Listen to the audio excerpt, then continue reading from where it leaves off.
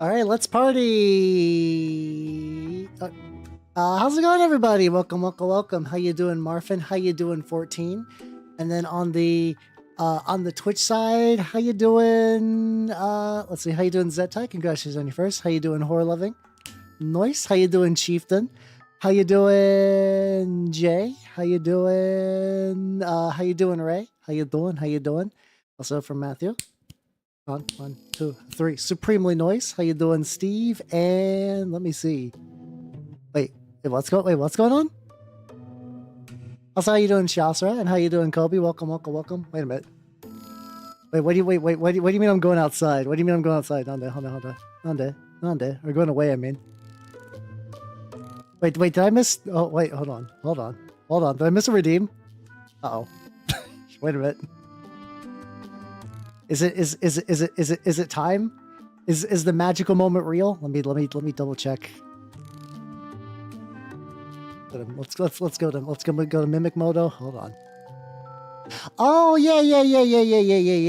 I this weekend I'm going to visit some friends. I'm pretty excited about that.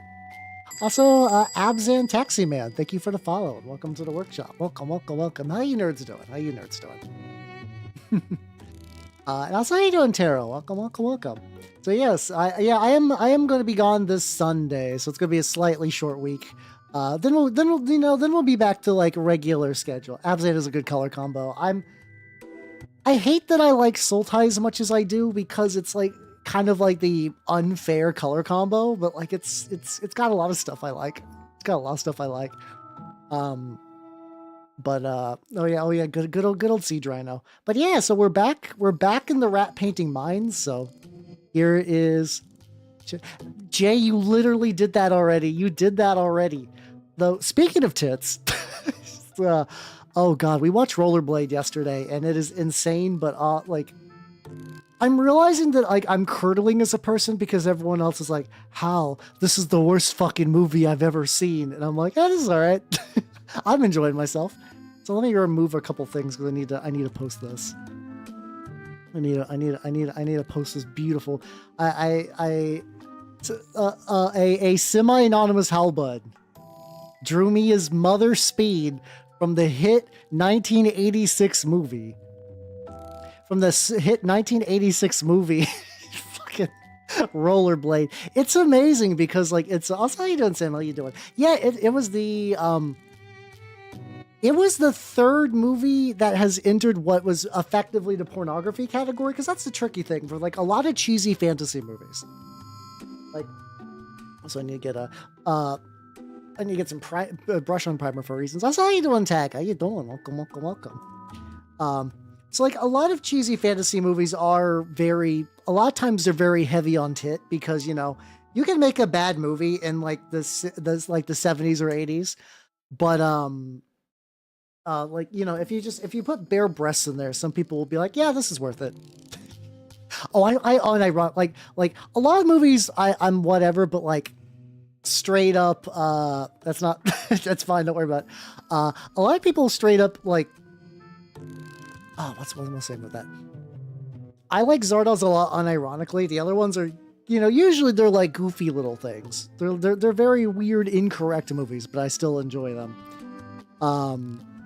But yeah, no, I think I'm ruined. The one movie I've gotten really bad.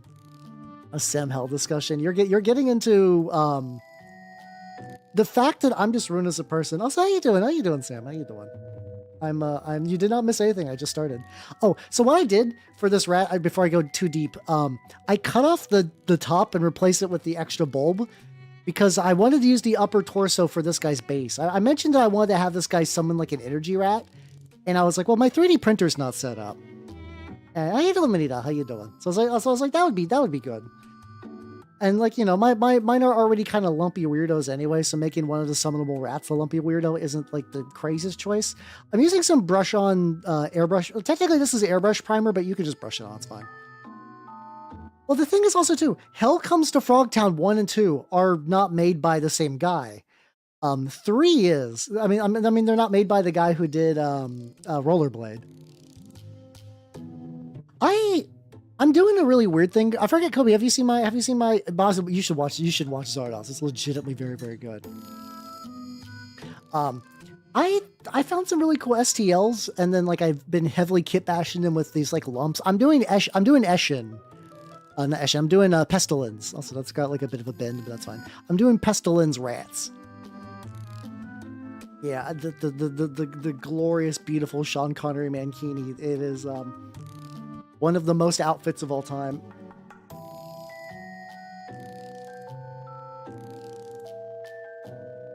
There we go. Let's get some purple. So I'm gonna let that dry. I'm gonna continue. My goal today is oh yeah, every time in Rollerblade, there, like every time magic happened, there was a little smiley face on there. But what's like? It's also interesting because I forget who I barely got the brief like pop into Discord. I unfortunately today was one of those days at the guild where they're like, oh, you got to work like a half an hour late, and like it's whatever. It's not great, but it happens sometimes. But like, where's I going with this? Like I basically just like rolled in, got my paint, my just scarfed down some dinner, got my painting stuff set up, saw this beautiful piece of art over there, and I was like, holy shit. Oh yeah, I do like Vivictus rats. I have a couple. I mean, I have a lot of the STLs for those for various other reasons. I just have not really done much with them. Well, a couple little highlighty bits. A little bit of a brighter purple on this. So I want to get. Also, how you doing, Casual Maker? How you doing? How you doing? I'm trying to get these guys done for like so I can, you know. I'm having a problem. Not like a real problem. I mean like a fun, creative problem, where I keep looking at random minis in my apartment that I have like in my eternal backlog. I'm like, you know what? This would be a great Mordheim. What if I did a Marienburg War? Oh no, fuck! It keeps happening. For instance, a long time ago, when I got my my Starks for the Song of Ice and Fire War game, I got a used 2-player starter set, and it came with just like a bunch of guys. So they're a little on the bigger side, but I got like I also got a bunch of Lannisters. So I got like Spear Lannisters. And like big boy sword Lannisters for like a captain. I got some like kind of more regular ass foot knights. I don't know if there's any range ones in this array, but like it's like a good enough pile. And I'm like, I'd totally make a Marienburg warband. Fuck. And I know that's the problem. That's the problem. That's how they get you. That's how they get you. It's nice though. It is not, to be fair, like looking at minis I've had forever and been like, oh, I could actually like do something with you now. I'm like, that is like legitimately a very nice feeling. It does feel pretty good. It's a, yeah, slick knot. God damn it. I feel like there's a pun in there and I'm just not entirely sure if that was intentional or not. So I'm just gonna assume it was.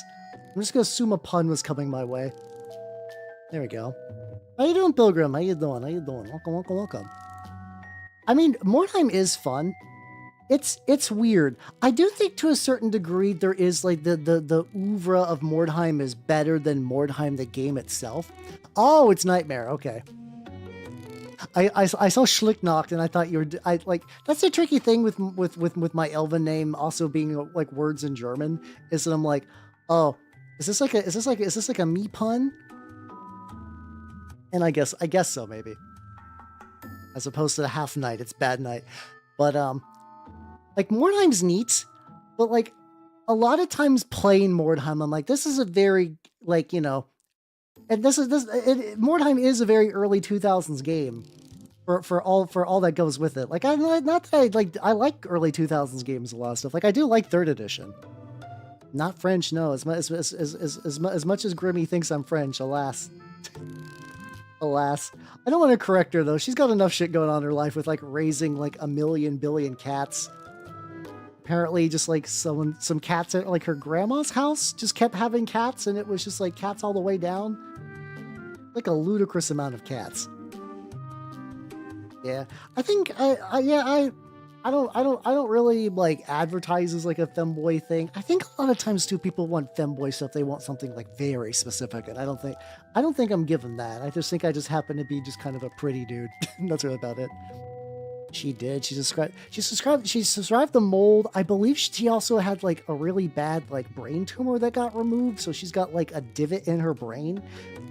Like, I remember like she was like raised in a cult. Like the fact that Grimmy is like functioning is like legitimately a testament to like the human willpower. Unironically, she is like straight up like oh, you think you got it bad? You're not filled with mold. I think somebody did like an alignment chart and they put me in like, I think it was Twunk, but I don't fucking know. I don't know. All that's like goofy made up bullshit for nerds anyway. I'm gonna be real. I'm gonna be real. It's all silly, goofy nonsense anyway. I like brighten up these robes a little bit. I noticed these guys have like a couple little bits that are just like, when I was painting them, there was just like a little like remaining areas I gotta touch up. Which will be fine. Because I do want to get these guys. These guys also got like a bunch of little straps I need to remember to like pick out in a bit. But yeah, I want to get this done. I've not, because of the move and stuff, I haven't had like a proper finished project in a long time. I got you, Penguin. It's all good. It's all good. I'm mostly just setting you just like there's like a certain, like I said, a certain thing, a certain type of person that self-identifies as femboy as a VTuber, and I'm probably not gonna give you the juice you're looking for if that's the thing. I do love swimming. Swimming is so fun. I was very lucky that I was like when I was like a wee lad of like 2, I was taking a swim. It's like to the point that like I kind of forget that like people. Like a lot of people just don't know how to swim. They just a lot, because like technically like if you grow up in like a city, you really don't need to swim. It's not like a skill that would like significantly change your life. But it's so fun. It's so nice to do. It's so nice to do. I think everybody, if you do not know how to swim, I recommend taking some classes. It's great. I'm glad you like my Skaven. Thank you. He's doing pretty well.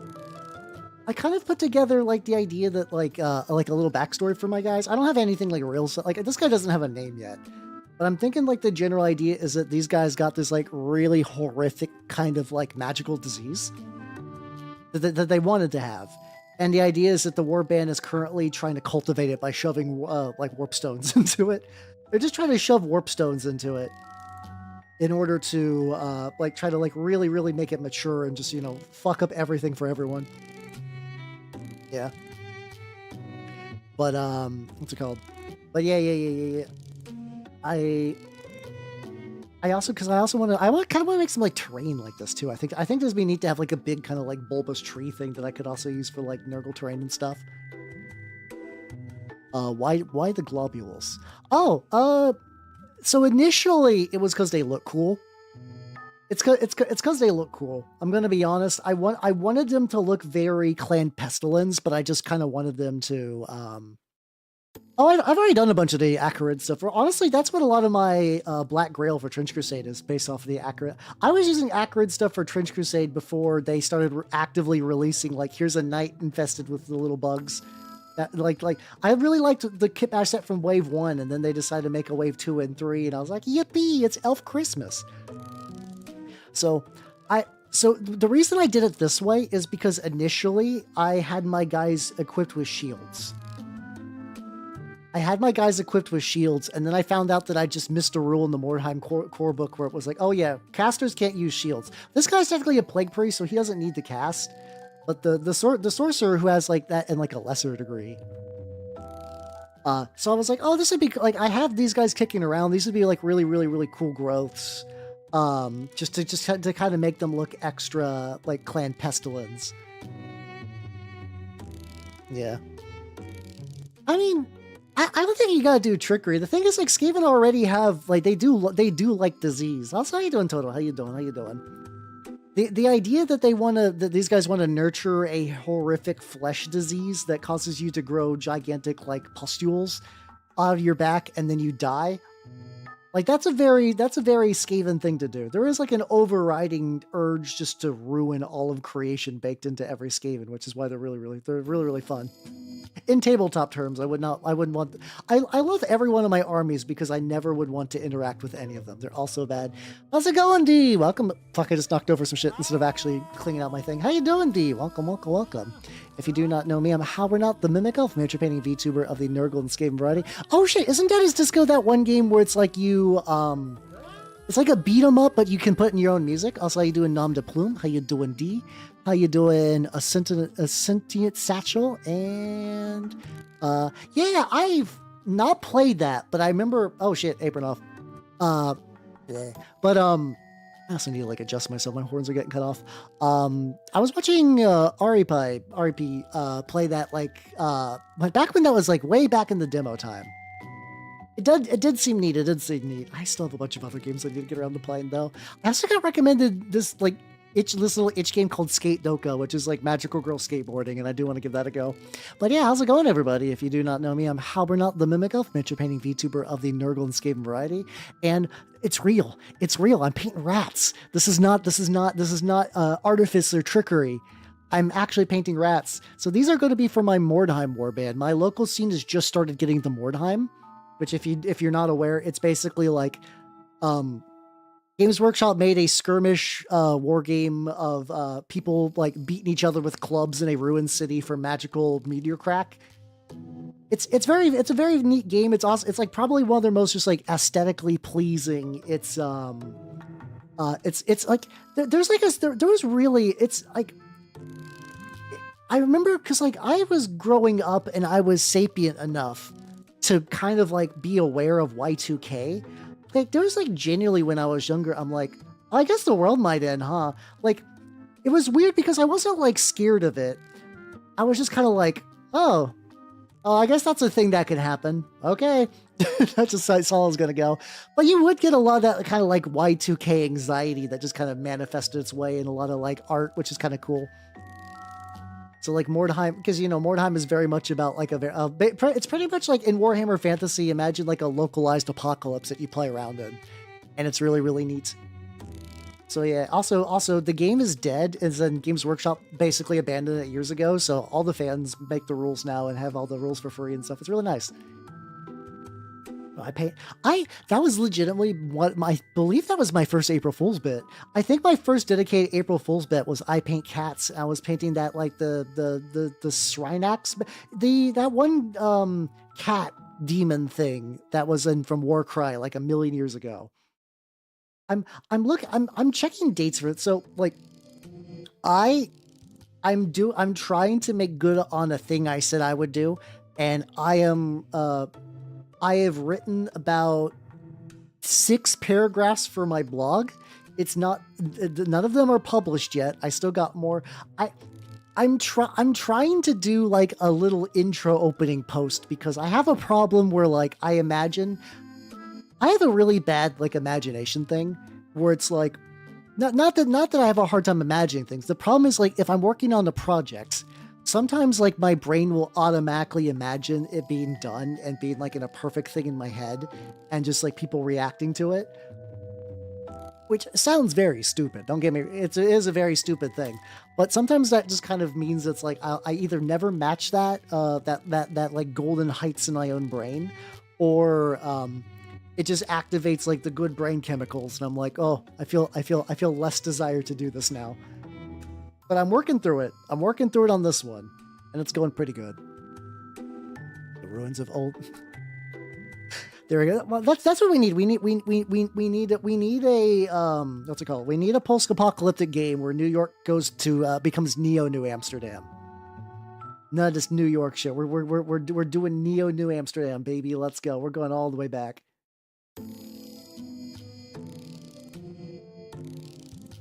Felt like a little bit on his neck, and I need to get that on there. America Saw the Madness. That's always something that every now and then, like when sunspots get brought up, I know people say they're like, hey, you know, someday there might be a sunspot that will just like knock out all technology, and it's scheduled any minute now. Which is worrying because without technology, I am nothing. I am useless. I'm not built for the coal mines. Also, how you doing, Dark Muffin? How you doing? Welcome. I lack the, like, I got the survivor's instinct in me. I'll try. Like, if all technology was to die out, I will certainly try, but I don't have high hopes. That's what I'm saying. Like, flood. I'm gonna say like 50-50. Enough flooding that you could have like sick gondola fights in New Amsterdam, but also just like enough. Actually, maybe do that thing where it's like what's it called, Wind Waker, where everything is on the very, very tops of the New York buildings. That's just the land now. That's just the land. Actually, that'd be kind of cool. Actually. You got these like groups of people fighting for like the scraps of all the tech that wasn't totally washed out, and you got divers going for more stuff. Yeah, like Carnival, but like New York theme. Like somebody might have a war band where somebody's got like an old rusty stop sign covered in barnacles as like their shield. Like that would be cool. That would be sick. I know there's like a couple like post-apocalyptic war games and stuff like that, but I have not super looked into them myself. Like. Back over that a little bit later, but that's fine. See, I've ridden a horse before, but I would not say like I would be good enough at horse riding for like survival reasons. I know there's a bunch of people that do like survival, like post-apocalypse LARP stuff where they'll just go out to fucking Nevada and just like eat rats for a weekend, which is a very funny thing to do. Like, I understand going to like a fucking like Ren Fair and like just kind of doing whatever. The Ren Fairs are very silly too, because sometimes you get like Ren Fair, like the Ren Fair bit, and sometimes you get Ren Fair and impromptu D&D convention. Where it's like, yes, like, cause like, not that Ren Fairs are ever super historically accurate, there's a lot of like silly, goofy bullshit. But then you also occasionally just got like, who are you? Oh, I'm a tiefling. But why? It's like, oh no, this is where nerds hang out. And they're not wrong, probably. See, I have no weapons whatsoever. I just got these strong mimic hands, and that's really about it. That's about it. I do miss. I mentioned this a couple times. When I was younger, I bought a katana off of eBay for like $20, and I'm pretty sure that like when I went off to college, I was kind of told that I was like, yeah, when you come back, you can pick up the rest of your stuff. You can't bring everything to college, which at the time seemed reasonable. And then my uncle was like, JK, I moved to Florida. So I assume by this point that box has been entirely thrown away, but there's always like some little lingering hope deep in my brain of just one day I've also not spoken to my uncle in like a million years. It was like one of those like weird situations where like my uncle and my aunt were never formally married, and when she passed, he just kind of went and just kind of like ollied out. Understandably so. But like, well, he didn't. He stayed around until I went to college and then ollied out, which I think was fair. My budget? No, that's the thing. Legitimately, any amount of money would be spent better on. That's how you doing, Skips? How you doing? Would be spent better on anything other than a fucking blade. Like, like I got like VTubing things I could spend money on. I got like mini things, maybe get me some like new gear or something like that. I think even like a fucking index I think would be better usage than a sword. Because at the end of the day, swords are cool. I fucking love swords. Swords are great. But like, what do you do with a sword? Realistically. Like as somebody who lives in like, like polite society, you hang it on a wall and you go, damn, I got a sword. And like, that's cool. But like, if I'm spending like $300 on that, oh, that's pretty cool. But that's not cutting the mustard. Not at all. I'll say it in casual. I mean, there definitely are. I mean, there's places that if I wanted to, okay, I'm saying this is different from fencing. Like fencing, if I decide to pick up fencing, like that's a hobby. That's like a whole thing. But but I don't need to defend myself with stuff under my bed. I have a War Machine Death Jack, and I have a sock. I have a ready to party spiked mace at any time. I have a ready-to-party spike mace just like at the drop of a fucking hat. If anyone's causing shit in my house, they're not going to see the blade coming. They're going to get a fucking sock chucked at them, just filled with just like the... Oh, that paint hasn't dried yet. Oh, okay, so this is just mixing with the gray still. Oh, I'm just diluting the yellow. I thought they'd be done by now. I guess not. Okay, I'll let you dry a bit more, my dude. I was really worried because I had to use some sprue glue to kind of get this to like just to like automatically go on, and I was like, oh, maybe I didn't give that enough time. We gotta get like up in there. We gotta get up in the mouth.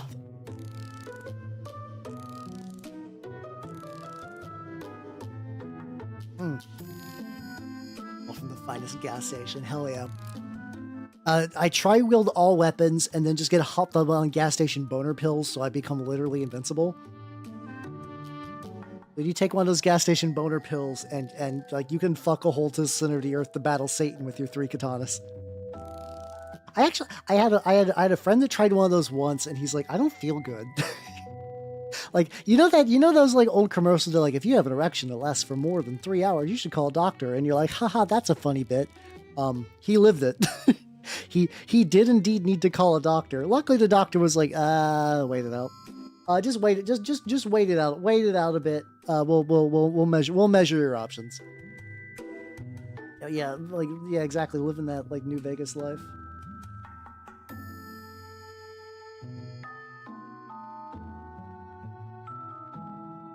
Which I gotta bring up close to my face, go man. I got a couple of spicy little angles I gotta get like just right. A little areas I might want to be like a little dark. Well, no. Oh yeah, that was the Fall of London was like that big like fan conversion thing. I know there's been like a couple of big fan Fallout projects that I've not looked into. I will fully admit that like the only bit of Fall I've ever really played was New Vegas, which I enjoyed, and like the older games always seemed neat, but I just never got around to them, and I don't know when I will get around to them, just because like I kind of think that like in the same way that like when I played Arcana, you donate specifically for Blade.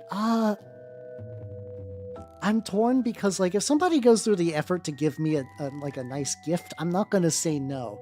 But I'm gonna say if you have like legitimately there's like if like you know do what you want, it's your own money at the end of the day. But like if you were like I would like to give Hal something, I have a very nice looking model that's gonna eventually need rigging. So I mean there's a lot more that you there's better places to allocate that. There's better places to allocate that. And there's a lot of people who do like really nuts stuff with that with like total conversion. That's one of those things I've never like really played a game long enough where I'm just like, I have mastered everything reasonable to do in this game. I need total conversion now. I need a really in-depth total conversion mod. And they was, hey, let's go. Hell yeah. Sick. I'm pretty early in this. I'm like, I mean, not really. I'm like pretty, like, I'm at that stage where I'm noticing like little bits of like little, just like, it's the wrong color. Actually, that's probably still fine. Like, I was like, I actually got like one shade of skin too light. Hey, the British Museum. Oh, that'd be great. Just fucking just walk out there with a fucking elephant gun. Hell yeah. Native nuclear winter. Oh, that's pretty cool.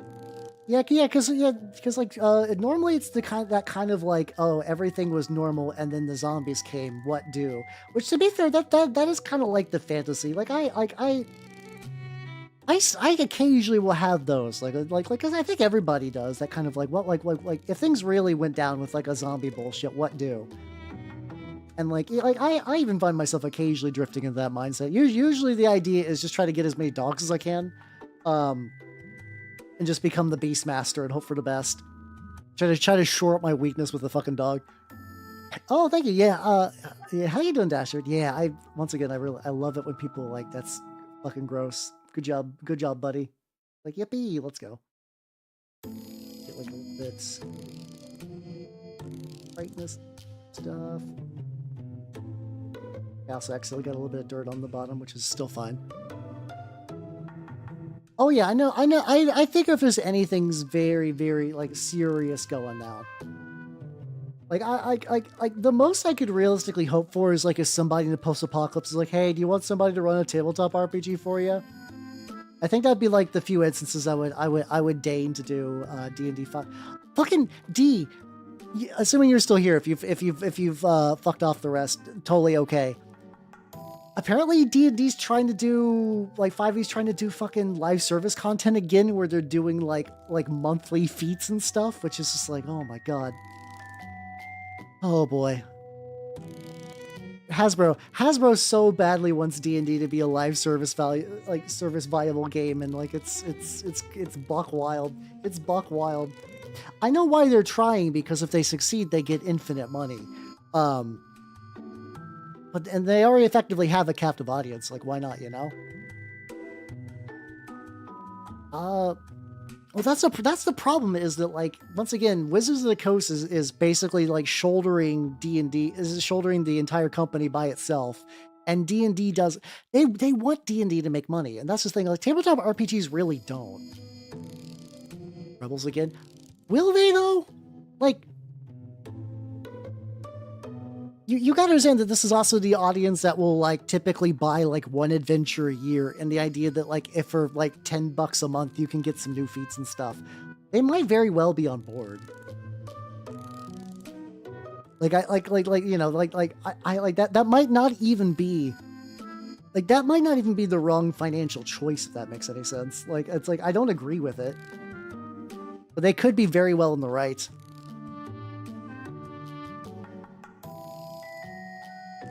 Yeah, Also, how you doing, Squids? How you doing? Check my DM first. Woo! Oh shit! Hello, everybody. You got like a DDR machine? Oh hell yeah! Let's go. Let's go. Can I put that on screen? I guess I don't know.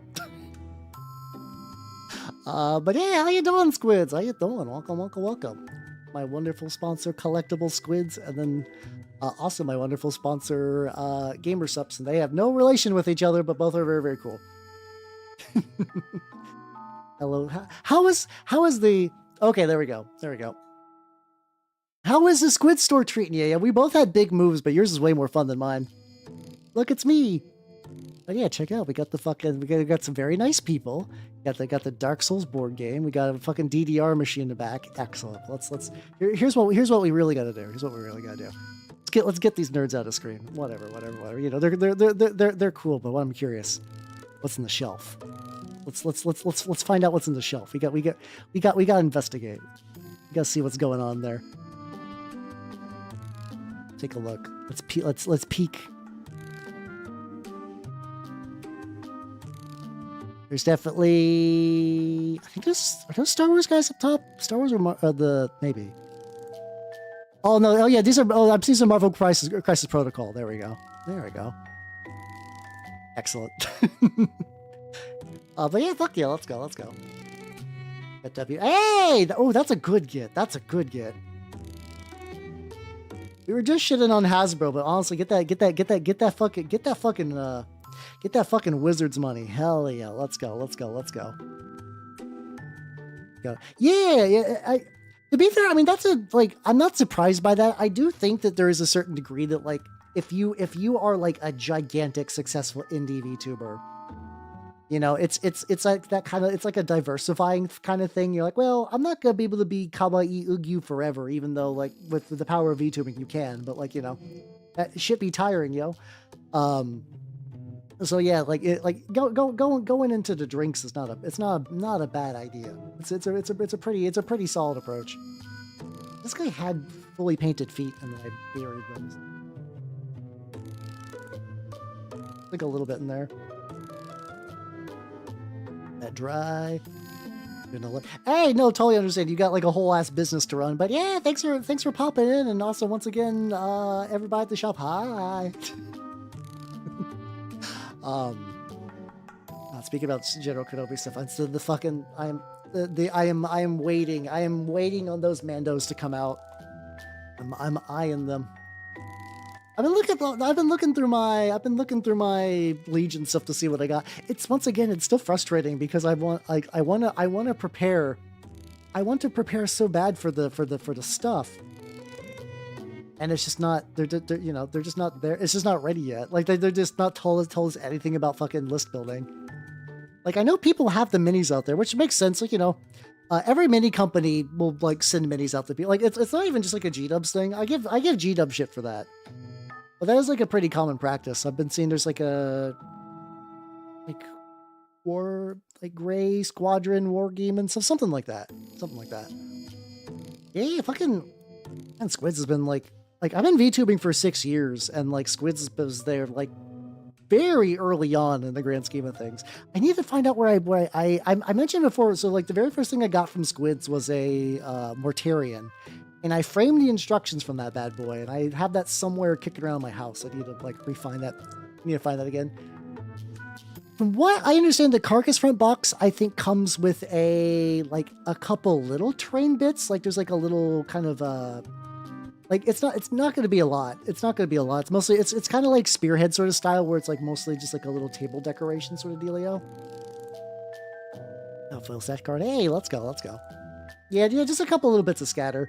I mean, it's already got a lot going on, so that's not too surprising.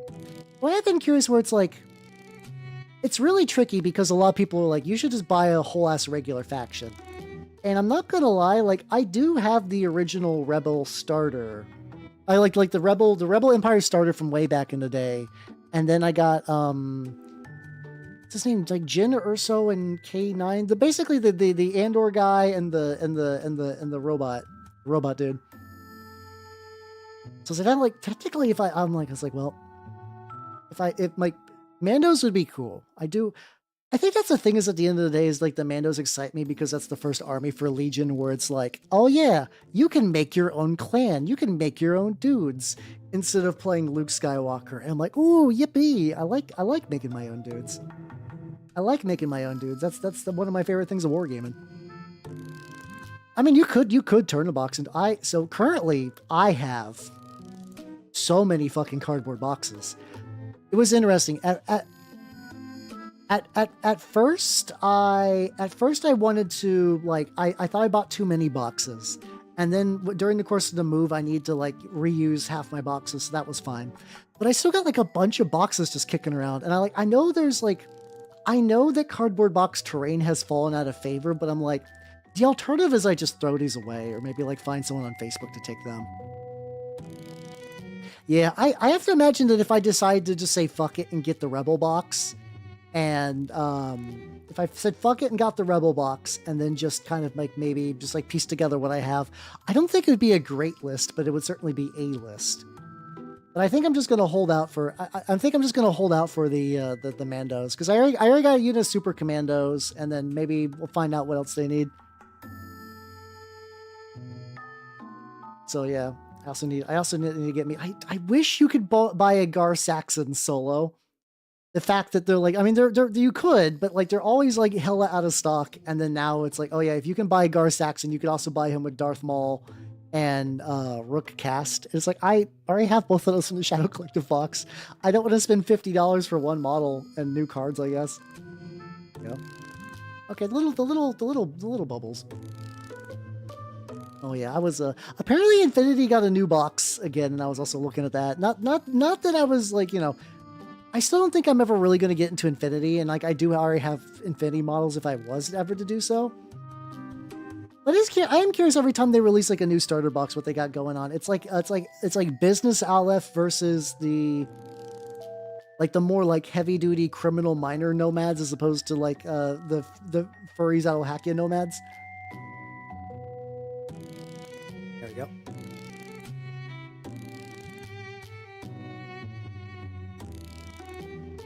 Yeah, honestly, when it comes to like squatting models, I like that kind where you just sort of like, you know, the stats still need to like, I mean, the fact that you can still use them at the end of the day is really, really nice.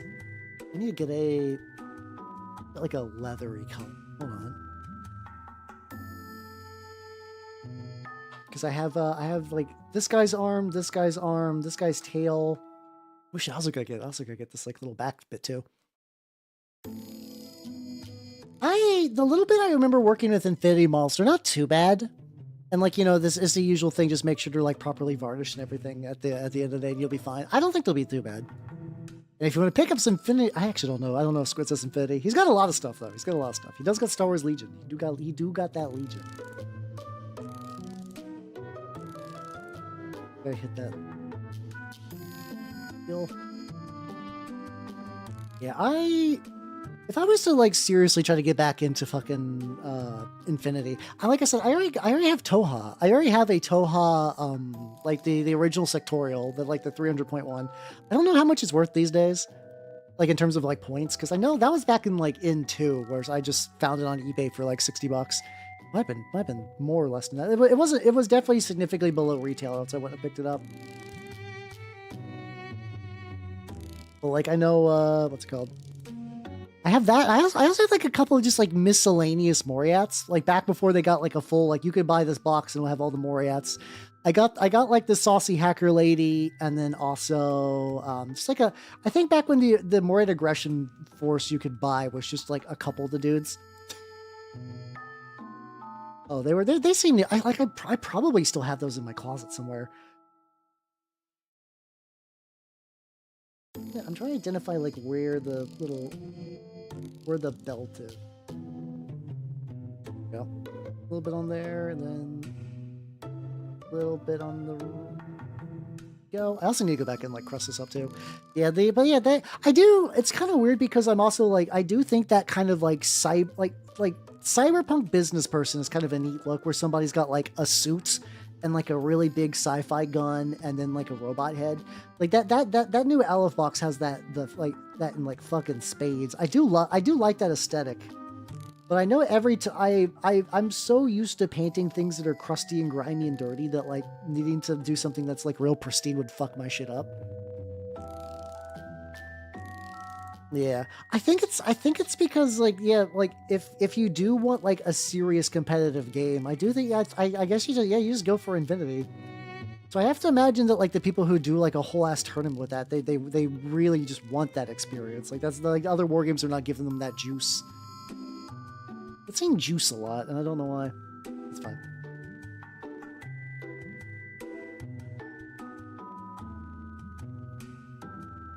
I don't think he actually technically has like a proper belt. I think there's just an implied one, but I'm gonna paint this area back there kind of brown anyway. And that'll be fine. Am I hungry? That's certainly a question.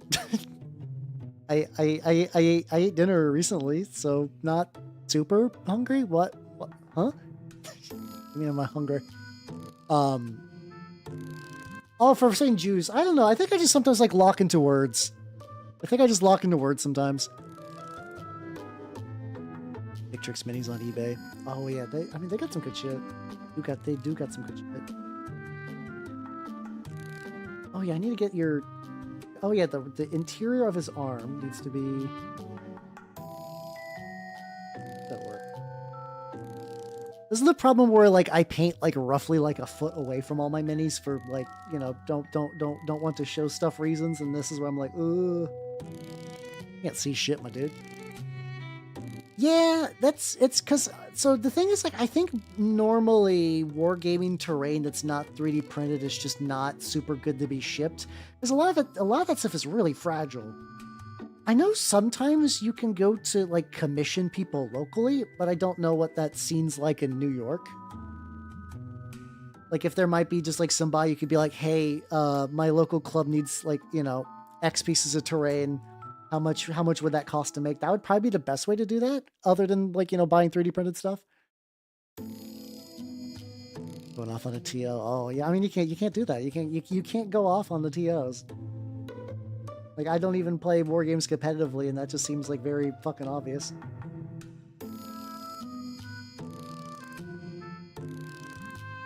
Okay. Identifying that little bits. You guys are doing good.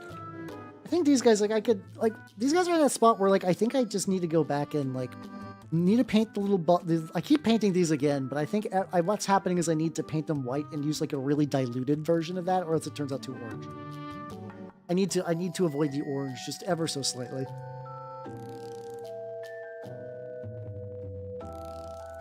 Oh yeah, a lot of places do. Also, like a really cool thing, I think Ramshackle Games does that thing where it's like if you get like a resin model from them, they do like old school style like resin casting resin.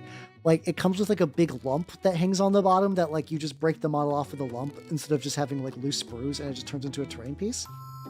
I love that. I think that's really, really clever. It's like a form of like recycling or whatever. Yeah, what I'm thinking. Oh yeah, I think I was mentioning earlier. It's like I want to try making some like cardboard hills, some like kind of classic cardboard hills, with all this just like I have all these cardboard boxes. I assume that what I'll do is I'll make them and then maybe take them to like the shop. Maybe. Because like I way back in like 2011, I used to play at like a store that I think did have some. So how you doing, Kenzie? Welcome everybody. Welcome, welcome, welcome. If you do not know me, I'm Halbernock, the Mimic Elf, miniature painting VTuber of the Nurgle Escape Variety. I said reality. Why? Hey, how's the Valorant doing? I'm painting. I assure you, this is a rat. It doesn't look like it. It definitely looks like bigum lumps, but it do be a rat. It indubitably a rat. But yeah, hopefully your game's went well. The last time I played Valorant, it was when I was invited to like a VTuber tournament, like way back in fucking like I think that was like straight up like 2020. It's been a bit. It's been a bit.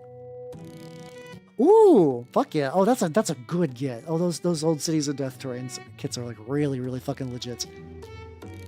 I mean, so what happened for this is I cut the top half off because I'm going to use him as a base. And my 3D printer's not set up and I didn't have time to print a new one anyway, so. Hey, it's all good, it's all good. Have yourself a good night and take it easy. They both get, oh, that's like, oh, he's got like the full combo of just like things.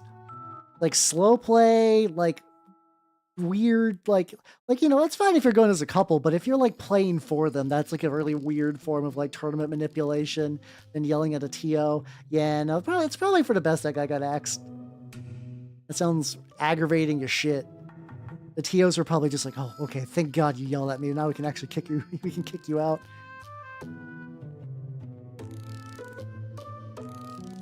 So we got you. Oh yeah, I need to make those little bits a bit brighter. Yeah, I don't know. I don't know if I've ever like I like events and stuff, but I've not gone to a proper like this is a war game tournament since the War Machine days. Sometimes I miss it though. Like I like that and like doing like magic events. I don't do magic events anymore. I'm entirely like I play EDH at a friend's house and that's enough for me, which has been great. I do remember when I was like actively like trying to like, it's kind of weird because like I never really was able to reach that stage of like really getting good at the game because like the financial barrier hit me really early. It was like, oh, I want to get better at Magic. Well, I don't have money for a standard deck. And, like at that point, you can't really pivot out of that. You can't really just be like, but with my superior, like I think unfortunately, like I do think you can bring like budget decks and there are ways to win. But I think there's kind of like a like every now and then I remember just like I'm very weird that like sometimes I keep running into like this archetype of this like weird elitist casual. This is like a pretty common person in really all sorts of games. There's nothing wrong with like being casual and there's nothing wrong with just like playing to have fun, stuff like that. But there's like a type of person that thinks if you like try to play with any sort of like I like Trench Crusade. The fact that some people want to play it in like a tournament setting doesn't bother me too much, and I understand why it would bother some people, but I'm like, whatever. But there's always like a certain person that's like, yeah, anyone like who plays like modern or whatever is stupid. And also, I'm really good at Magic. If I was to show up with my shit pile, I uniquely alone would be skilled enough to defeat everybody. There's that idea that like there's a type of person that's like, yeah, I don't like practice decks or anything. I don't like really go to like forums and test. Like quote unquote net decking is stupid. But then my homebrew is definitely super good. It's definitely super good. And then that person gets fucking steamrolled and they get salty forever. Yeah, my Magic thing was prior to EDH becoming a thing. It was just standard. Because at the time, the only extended was a thing, and I think I was actually starting to build extended dredge, because that was dredge is one of those weird decks where, for context, dredge is like a weird bizarro Magic deck where you play Magic, but ideally you don't play with any lands and you try to win super early. I think it's basically been beaten by a couple of other archetypes that kind of do the same thing now, but a bit better and spicier. I think there's a deck called Oops All Spells in Legacy, I believe, where it is because of dual face lands, you just run nothing but cards that just I think it's like a Goblin Charbelch or some other. Basically, you do a combo where the fact that you don't have any cards that are naturally lands in your deck.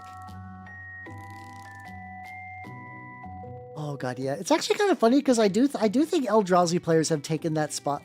I'm a very staunch Slivers defender.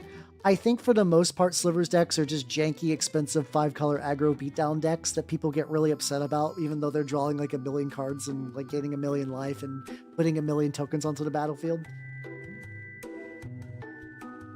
Oh yeah, Dredgevine. Yeah. I forget if Dredgevine was around when I was trying to do that. But yeah, I never really got super far, and then ironically, Extended got killed as a format very shortly anyway, so... Yeah, if 3 creatures enter the battlefield at the same time, there was it was some condition that I remember that would cause it to return from your graveyard. How's how you doing, Muttgrin? How you doing? We're reminiscing about old Magic. Trying to play it like a semi-competitive thing. But yeah, no, I could not do that these days. I could not. It's actually I'm of the belief that I think Slivers always took too long to wind up, but Slivers is a very fun campfire story deck for Magic players where they can tell each other that Slivers are OP. Because it's been it's like reading about fucking Bloody Mary, or the Boogeyman, or even or even the tale of the Freddy versus Jason. I'm just doing a super thing, but it's really easy just to say oh yeah, no, Slivers are totally fucking OP, and if you see someone with a Sliver deck, it's gonna crush you, and then just ask them to name what Slivers are broken. And they'll either look at one Sliver that has the one that gives everything indestructible, which doesn't fucking matter. That doesn't fucking matter. Sliver decks are Sliver decks have always been slow in EDH. They're a 5-color mess. The benefit to Slivers is you play in a format. How you doing, Suki? How you doing? Slivers are good when you play Meat Hooks. It is a Sliver deck that you basically run 8 lords. All the Slivers that are 1 in a color that gives a 1/1 that gives everything 1/1. That's how Slivers used to be played in Legacy. But that doesn't work anymore because every other tribe is better. It's every other... Yeah, you have a passive play group. You can basically play what you want and everything's scary. This isn't me being mean to you or whatever. It can change how a meta is perceived, for sure. For sure. Yeah, because that's a pretty common thing for everyone too, where it's what's it called? Battle cruiser Magic. But yeah. But yeah. But where's my going? Yeah, there's Slivers have been outclassed for a while. And Eldrazi do pretty much what people think Slivers do. Where it's yeah, they actually do shit out a bunch of stuff really quickly and easily, and they are really, really expensive. But yeah, it's also still kind of weird though, because inherently it's yes, oh, Eldrazi are a menace, but then also the fact that EDH exists is always going to be weird, because it means it's oh yeah, no, these cards are really fucking powerful, but then they'll things that are powerful in the casual setting will never compare to the things that are powerful in a high powered setting where things are just fucking stupid forever.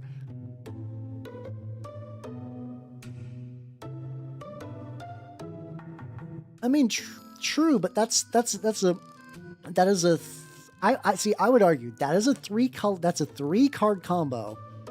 One of them being 5 colors, and there's so many other tribes that got I would argue like a vanilla Krenko deck is already outputting crazier damage with way less of investment. Oh, don't. Oh, I'm like, you know, if you're having fun, you're having fun. But five-man pods are a mistake. 5-man pods are a mistake. Nothing like I used to play in 5-man pods, and like nothing ever gets resolved. It's just like the longest fucking games of all time. Yeah, yeah. I would. Yeah, it's tricky because like if you only have 5 people, like, why are you gonna be like, sorry, buddy. You're just gonna have to sit out for a while.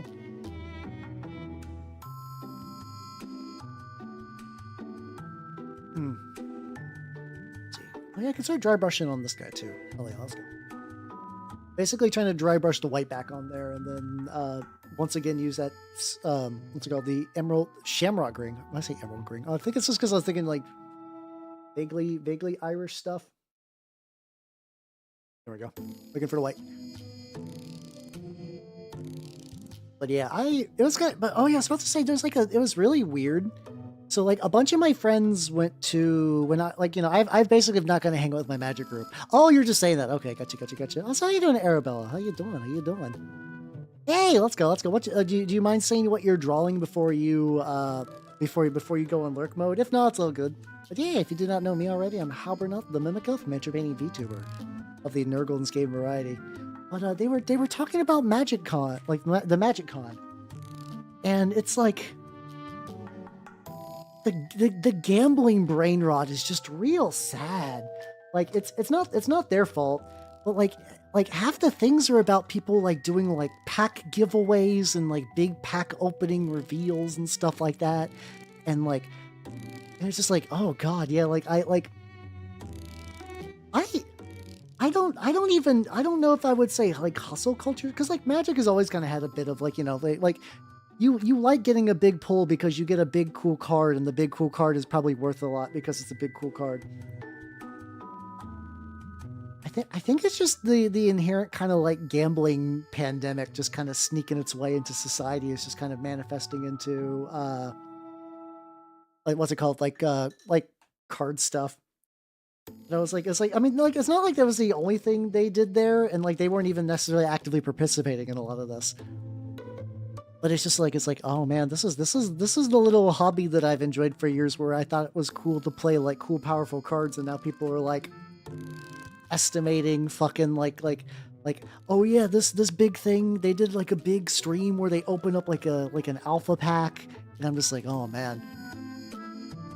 And it's just like, oh man, it's just it's the same fucking like poly market like gambling brain rot, just in my neck of the woods. Or two more. Hey, let's go. Hey, I mean, cute piggies are legit, so hell yeah, let's go.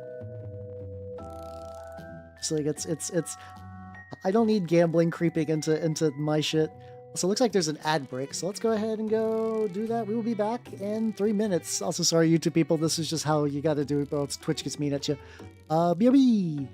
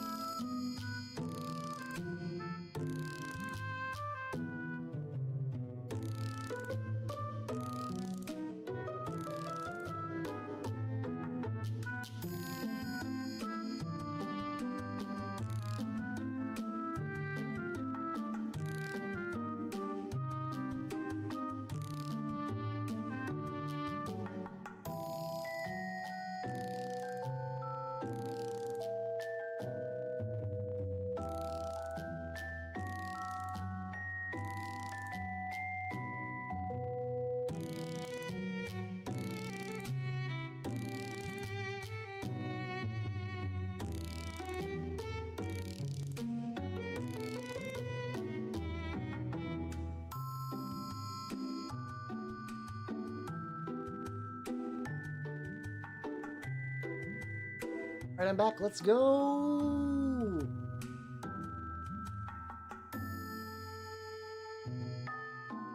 All right, let's go. Funnily enough, the other day I looked at anti-cards. So for context, in Magic, there was like a very brief period of time where straight up like you could gamble, where the idea was that like you would flip back when the idea that like, oh, people give a shit about like the long-term ownership of their cards wasn't super really a thing. The idea is that you would flip over the top card of your library, and then the winner got to keep that. That was just kind of like a thing.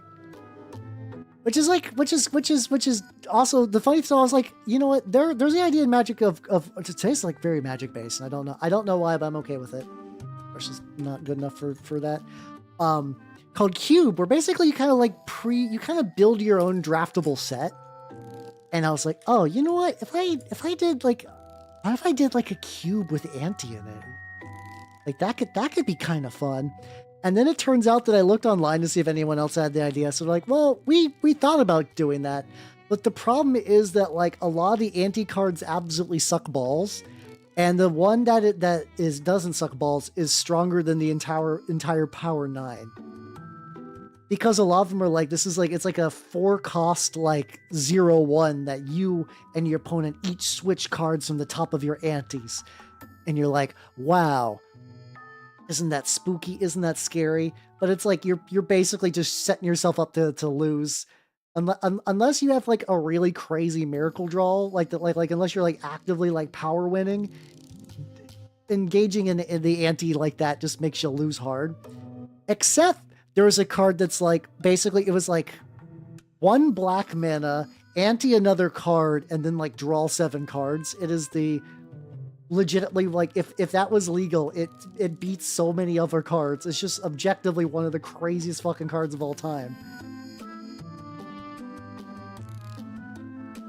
Yeah, because like ages ago when I was like really young, and this is even by the time I got these, they were like, you know, heavily power crept. But I remember getting like a bunch of like Ice Age cards.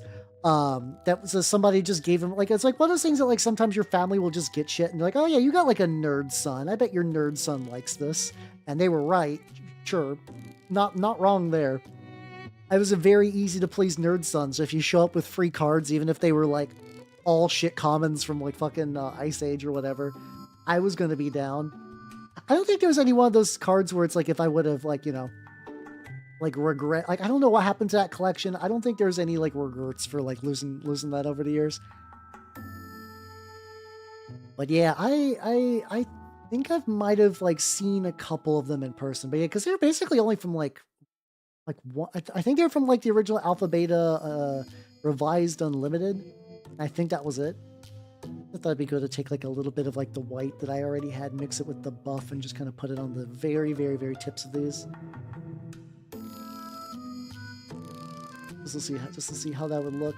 Almost kind of like a dry brush, but not really. Like I'm dry brushing, but I'm also just kind of like lightly stippling at the same time. I love how gross they look though. These look right proper gross, and that makes me big happy. I think I got like a lighter purple.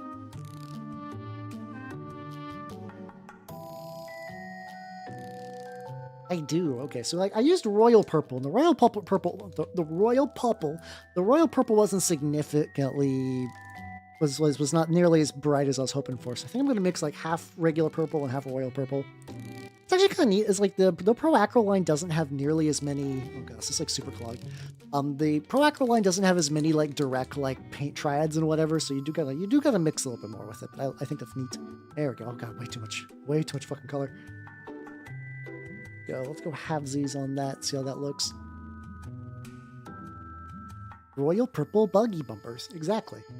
Like there's that like kind of like very nostalgic, like that kind of like air of like not knowing how all the cards worked, and then like just see like somebody, like the idea that like someone would just show up and they just have cards you've never seen before, and like, you know, you didn't have internet access.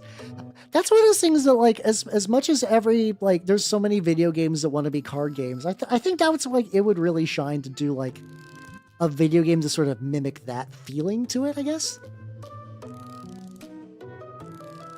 I guess that's just kind of what like a lot of like deck builders are like, though. Really, maybe I'm yearning for something I'm already getting. Maybe that's why I like Slay the Spire, because it's, you know, I vaguely know what the cards are, but I never know exactly what I'm going to get. Maybe that like whimsy is a bit is locked forever in my heart. Also, how you doing? How you doing, Sir Sebastian? How you doing? Welcome. I am working on rats.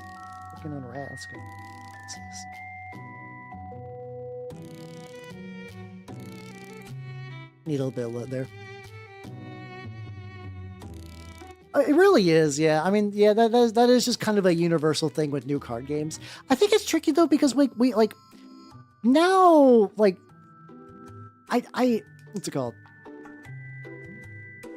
I do feel like at some point in my age, I hope I get to the point where I have home ownership, because I do think I need to build a deck like that kind of deck, at least once.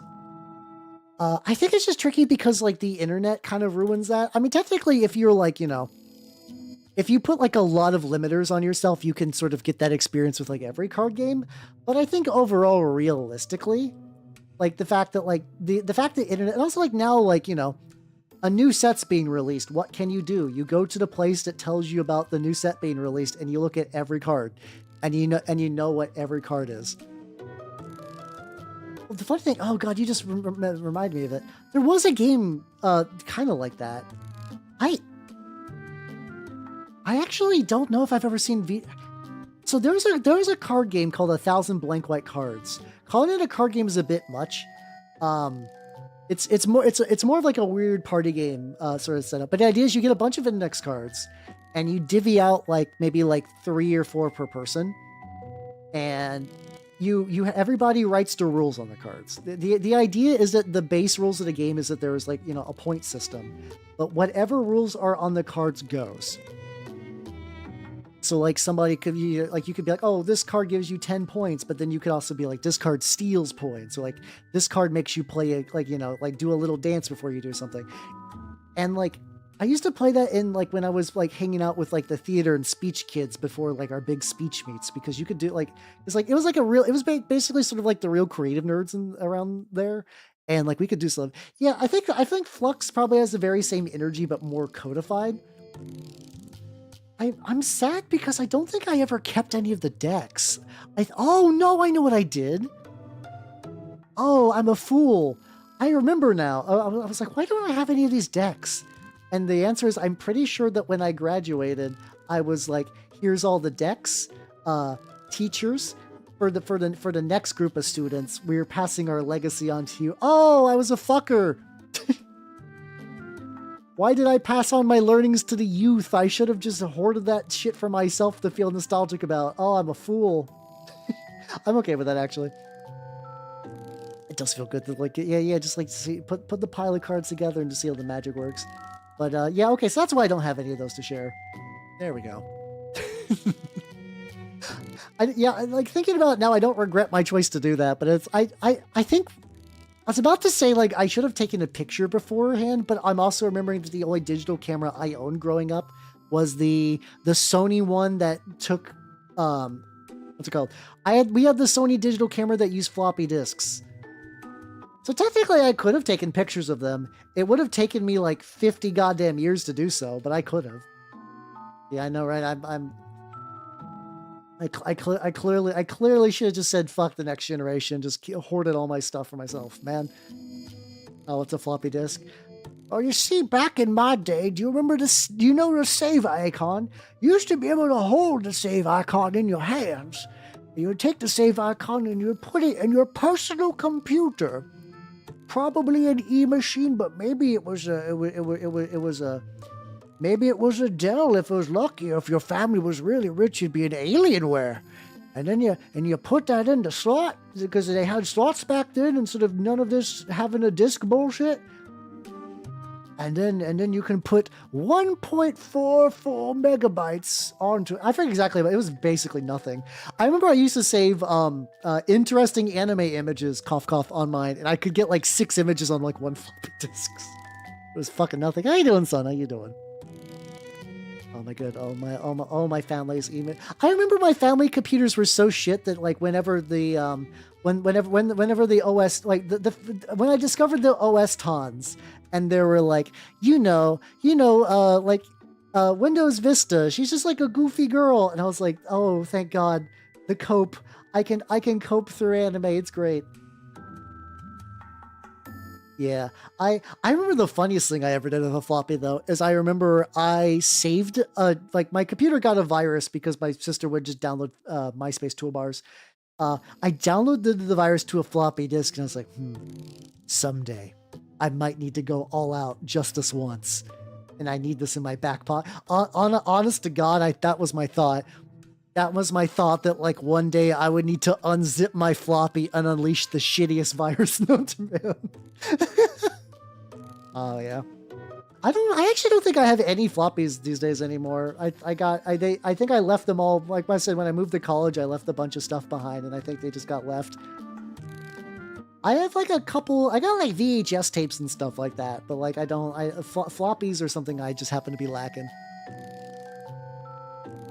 So Hellions having, so we used to have a bunch of, we had like Sim Ant on like floppy disks and whatnot. I do wish I still had that. That would have been nice to retain, but alas. I'm basically just trying to build up I like from the front, it's really good, and then like once I get to the sides, I need to definitely layer some more on there. Oh, did he? What? Like, is there like do floppies have like one of those like resources that's like stupid expensive now because the future is great? How you doing? How you doing? No idea what to do with it, so it just sits on my shelf. Yeah, you never know. You never know. So, yay! Look at you. Look at the bud. I did finish a little bit of dry brushing left when it was what's it called? Yeah, when it was ad break time.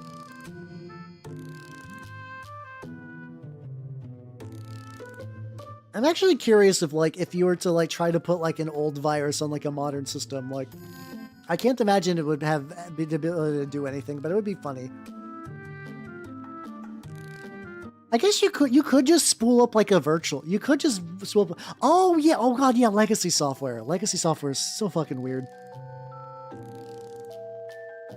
Like prior to working at the guild, I remember I worked at this like human place, and I remember that there was a software that it was basically like a very important piece of business software, and it could only run on a like an old version of Internet Explorer, like a version of Internet Explorer that was like severely out of date by that point. Like they could not get rid of Internet Explorer on any of their PCs. Like this old ass version that was like basically like did not work because my god, it worked on like that one piece of software, and just like updating that shit's expensive, and like it's like one of those things, unfortunately, where it's like, it's fine enough for now. You can just kind of ignore it. It's not a big deal. Also, there we go, success.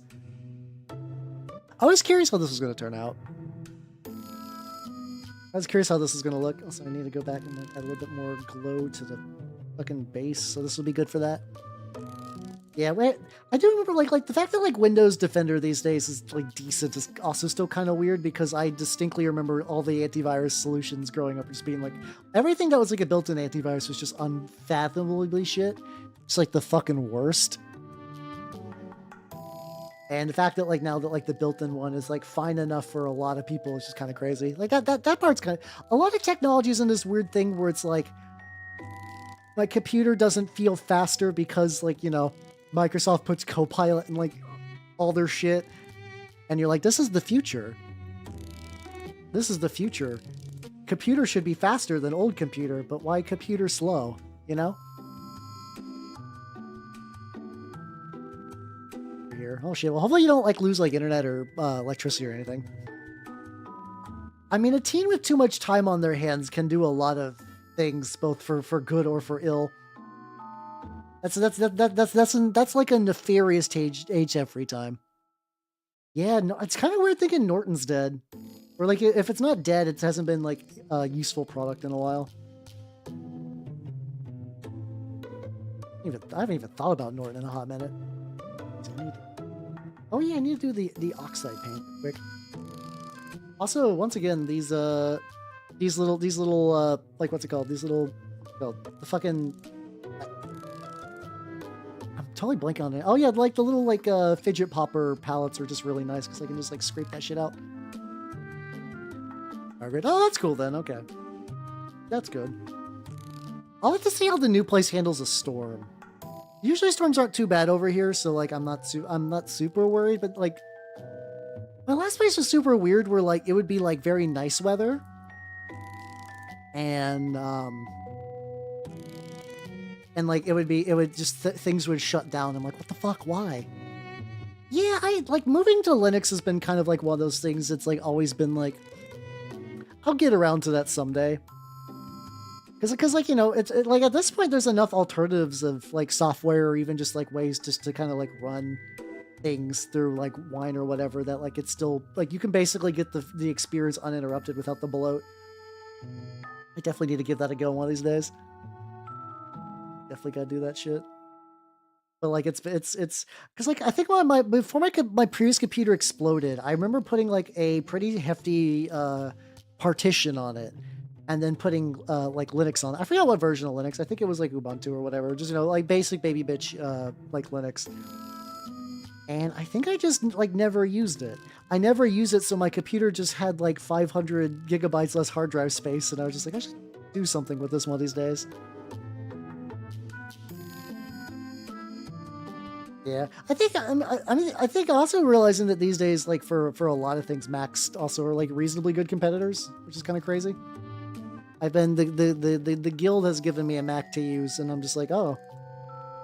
I was like, oh, this is gonna be weird. And also, you get used to it pretty quick. I'm not gonna say I'm like Mac fluent, but it's like it's a lot of days I forget that I'm on one. It also helps that I have like a little plug-in mouse that just has like the right click because yeah, I don't know why you wouldn't, but sure. Got little bits on the staff I need to poke out. I probably just need to do a dry brush on the staff, and then they'll get most of the crud. Oh shit, yeah, there's like a magical angle where just like none of that got painted. Holy shit. Let's go. Yeah, it's one of those things that like I think what I would like to do is probably like I don't know, if I ever built another PC, I think it'd be cool to have that new PC be like Linux and then keep this one and do like a dual. I know like really to be fair, I think the people who do this are like really like hardcore gamers who do like, you know, like more modern stuff. I built a decent PC and then proceed just to do nothing but play like older games on it because yeah, that's what I like. Like I did not need a beastly PC to run Half-Life 2. Like it's you know, it's been great. I've been having no issues, but I was never expecting to have issues. Ah, okay, there's a magical angle that if I hit it just right, I see a little bit of empty purple. I'm gonna get that right now. But I also don't think I'm gonna be getting a new PC anytime soon because shit's expensive these days. Shit's really fucking expensive. So like, you know, I'm hoping that whenever this one dies, I will be able to get, you know, an equivalently okay one for the time being. Oh god, there's a bunch of just like a bunch of rope I missed. Unfortunately, once again, the issue of things that don't have proper sub-assemblies mean I gotta go for shit and hope for the best. Got you, just a little bit under here.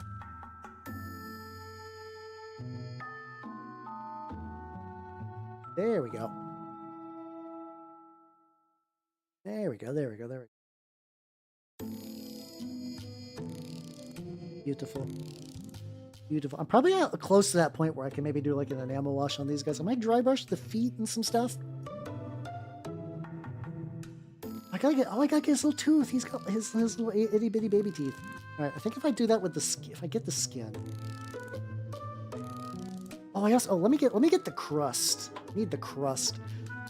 I'm so sad. I feel so bad because I'm like back to using typhus corrosion. Like, not that like typhus corrosion is like the absolute worst.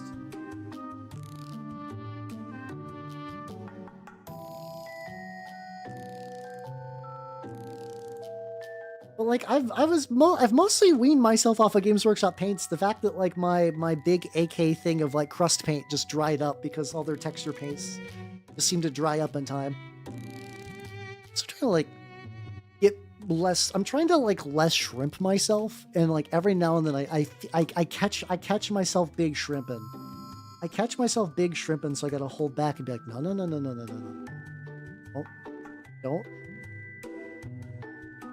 It's going fine. The attempts are hard. I think it's just mostly just after the move. I was like, oh man, I think I gotta watch. I think I gotta watch my shit a bit. I need to like dilute this just ever so slightly.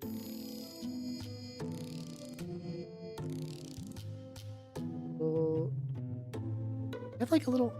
I was gonna say I used to have a. Oh no, I know where it's at. Over to the side is my enamel bullshit, and there is my little squeezy water thing, which I could go grab, but I don't think I wanna.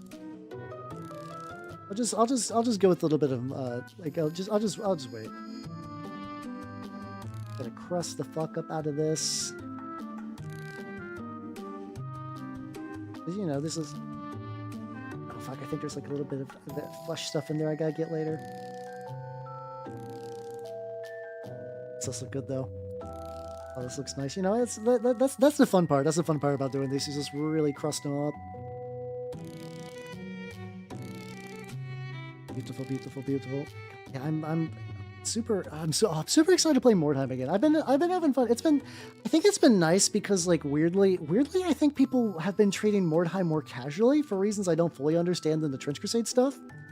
We don't even really have like sweaty Trench Crusade things, but I think there's just like inherently a thing that comes with the game, with Mordheim the game, where people have been eyeing it for a while. I do think also a lot of it's just like Games Workshop property. So people who are like, I only really play G-Dub's games. New G-Dub's game? Like, but by new I mean like old. You're like, you know, like I'll give it a go. Meanwhile, Trench Crusade is like its own thing, so you gotta like really gotta get your shit together to get that running. So I am excited for that because I painted all those fucking Grail guys. I painted all those Grail guys. I'm not gonna run them yet. I have not got to run them yet, and I really want to. Shit, why did I paint this guy's? I need to paint that guy's hand more pale. Well, we got the crust, decent amount of crust, but not like a crazy amount. I'm just gonna let that bullshit dry. I actually really like how. Also, oh yeah, there we go. Yeah, get your punch. Really like how this. I like how this fuck looks. Considering that this was just like a random, like just kind of like not. I don't know if I'd quite say half-assed, but it's like you know, I just need to make this happen. So how you doing now? How you doing? Did I say hi to you earlier? I forget. Oh yeah, how you doing? I am. Look at this beautiful rat I'm painting. You can tell he's a rat by how jolly he looks. Well, shit, I guess I could make the sorcerer have like a glowy green mouth. You love the rats? Hell yeah, let's go. Rats are life. Rats are love. Though I have been I've been mentioning earlier that like I've been looking at more and more of my old minis. I'm like, I could run a Marienburg warband if I wanted to, with just like Song of Ice and Fire Lannisters. Ooh. It's fun though, because it's like I like the fact the fun thing is just like how big my eternal pile of shame is, means that like every now and then I can get like a pleasant little surprise for a game I'm working on, you know? Ooh. It's fun to go ooh like that. Like I'm not a hoarder. I'm preparing, because that's something that I always find very interesting, because like the idea of like, you know, going back to older projects, and because like I mean there's people that I've seen that are like, yeah, I've been playing Warhammer since I was like 8, and I've had this model that I inherited from my dad, and today I'm gonna actually like use it for a project, and it's like. This is why I think I'm fascinated with Marie Kondo, because I live in a world that like actively rewards the polar opposite of that. Like there is a lot of things with like minis, especially once you get to like the Inquisitor 28 side, where there is a lot of what's it called? You know, like, hey, you can always give things to people, and that's a cool thing to do if you don't think you're going to use something. But there is a lot of like, I kept this bit around for 7 years, and today's the fucking day, boys. Let's go. Like oh, I can show you another example. Hold on. Let me put them out. I'm gonna let for a second.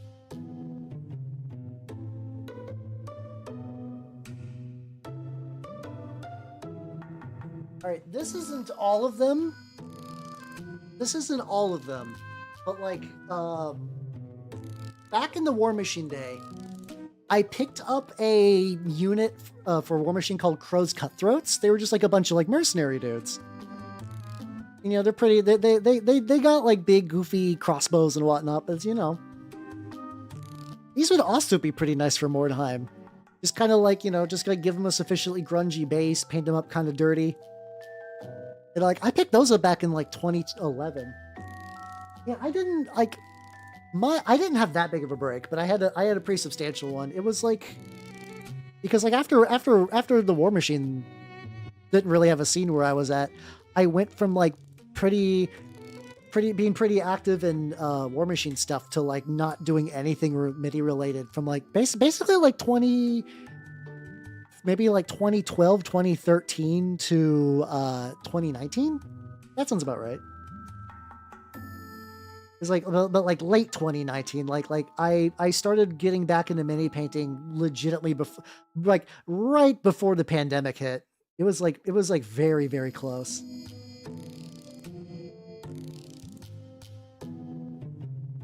Because like, you know, it is tricky too having a hobby where like it is very scene dependent. Like if you just don't have a scene near you, and like you know you can try to grow one, and like I do think you should, and I've had some luck with this place, but sometimes you just can't, and it sucks.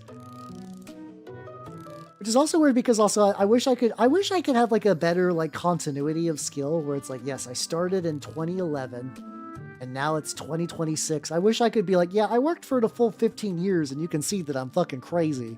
Because some people have yeah, like some people have just been like, yeah, no, I've been doing this for like 20 years, and they are like, it's also interesting though because you know some people paint for 20 years and they'll still do like really like you know they won't put anything on their bases. They'll do like one coat, maybe they'll do some Nuln Oil if they're feeling spicy, and they're totally fine with that. And that's not like a huge shade on them or anything, but like it's kind of how I feel about like what's it called, GMing, where technically there's like a lot of nerd hobbies where like technically you can do something for a long time, but unless you take like active steps to get better, like you just won't. And that's not even necessarily a bad thing, because you know at the end of the day these are just funny, goofy hobbies. You know, you don't have to, yeah. But I'm trying to push myself a little in a lot of my things. I think I mentioned this earlier, Al. I have started writing for my blog, which I need to finish. It's tricky because I just want to do like a little intro about like what I am, and I'm just like, oh, I'm explaining Vroids to people now. I'm like, fuck, I'm not gonna like hold back. It's like, you know, if that's where this journey's going, I'm gonna do it. But like, that was not the plan. That was not the plan. But it's certainly been neat, yeah. Oh, bad. See, that's a rough genre not to be like you know to be both like sweaty and bad in, because I feel like that's like right up there with like League of Legends, where like if you don't like match like the exact standard of the rest of your group, you're going to be called like a slur. Unfortunately, not like one aimed at you in particular. I mean, just in the general sense, you know. Oh, I can, yeah. Like, there's like a lot, exactly. So there's been like a couple of minis that I'm like, this is like not my highest standard ever. But like this is like the Sons of Horus I've been working on from time to time. Those are not my best mini paint jobs by like any metric, but you know, they're like a nice relaxing thing to do where I just got to do some like sponging and whatnot. That's been great. Dude, uninstall Woof. See, I've never even attempted that because I've never had good internet, and I missed all when FPS games were at their height. And then, if anything, the reason I'm late to the party is because, like, in my brain, I was like, I don't think I'll like games like Half-Life. I'm just not a big shooter guy, because in my brain, you know, every shooter is like fucking super competitive, like Quake death matches. There we go. So I'm gonna be honest. Right now, I just have my. I'm doing it classic style. I made a blogspot blog. There's nothing on it, so I will not link it yet. As soon as I make a post that's formal, you guys will all know. And then I'm just gonna write it directly into the blogspot post thing. And luckily, it auto saves, so it's not like I need to like really do anything super crazy with like doing like separate Google Docs and whatnot. I could. The option is there, but it's not been too bad. I'm trying to do this in like maybe calling it retro is a bit much, but I'm trying to do this kind of like like very very very blog classic. I just want the very typical experience for that. Oh, I can wipe it off. Let's go. I mean, you might as well like if you think that would get you to blog and like if there's a spot for it, you might as well. That's always that thing too at the end of the day too. It's like, yeah, you might as well do shit. It's better to do shit even if it's not correct than to not do shit. Also, how you doing, Lana? How you doing? Welcome. I'll like go through those little lumps like for a millionth time. Sing-along blog with Les Neal. Oh yeah, I forgot about that. I forgot about the sing-along blog. That was like one of those things that I've never watched on my own. Like I've seen it like I think like twice, but it's always been like the company of other people, Yeah, no, same. I have a hard time finishing projects. I mentioned that like I have that like the brain disease. And this is even I'm technically risking the blog by even saying this. Where like I'll talk about doing something and my brain is like, "You did it. You completed the thing. Here's the reward chemicals." I'm like, "No, wait. But it's also weird because I also want to like mention it for like accountability reasons. Like I need to be like, I'm working on it, so you guys know I'm working on it, and I could be like, I have contributed. Like I did 5 or 6 paragraphs today.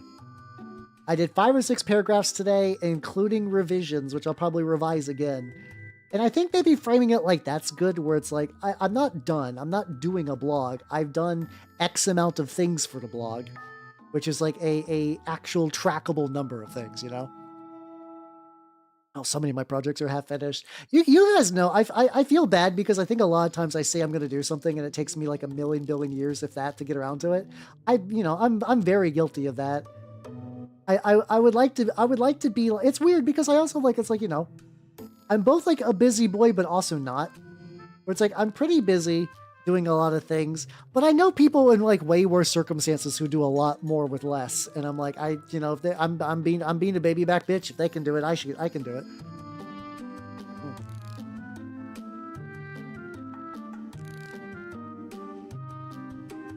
Also, how you doing, Solid Crazy? How you doing? Kung Fu Action Tier. What the fuck? Huh, I have not heard of those.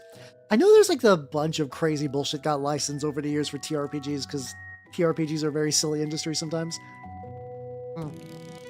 But yeah, that's legitimately like I think that's like my big that's my big that's my big thing for 2026. Like I think I said earlier, there's the usual I would like to get partner, but like that's whatever. I think this year I want to be like more intentional with things and just try to like do the stuff I talked about doing, and like challenge like I think like my real goals is like I want to get this blog up. I want to have. I've been really interested in people doing like zines and doujinshi and stuff. I want to make sure that by the time that MagFest rolls around, that Raw issue 1 is something that I can have a physical copy that I could hand to someone and be like, here you go, bud. This is my tabletop zine. It's got stuff in here, I mean, if like adjusting expectations does mean that stuff gets done. That is part of the creative process, to be fair. Yeah, I've not gotten any complaints. No, nobody has said shit where I live. So till anyone says otherwise, and it's not like I'm like yelling. I am not like yelling or screaming. I am talking at like a reasonable volume for an adult, I think. It's definitely showing that I'm definitely getting more comfortable with my current location. That is real, true facts for sure. So I think this brush is like hella clogged, which is why it's not doing much. Also, thank you, Huggy, thank you.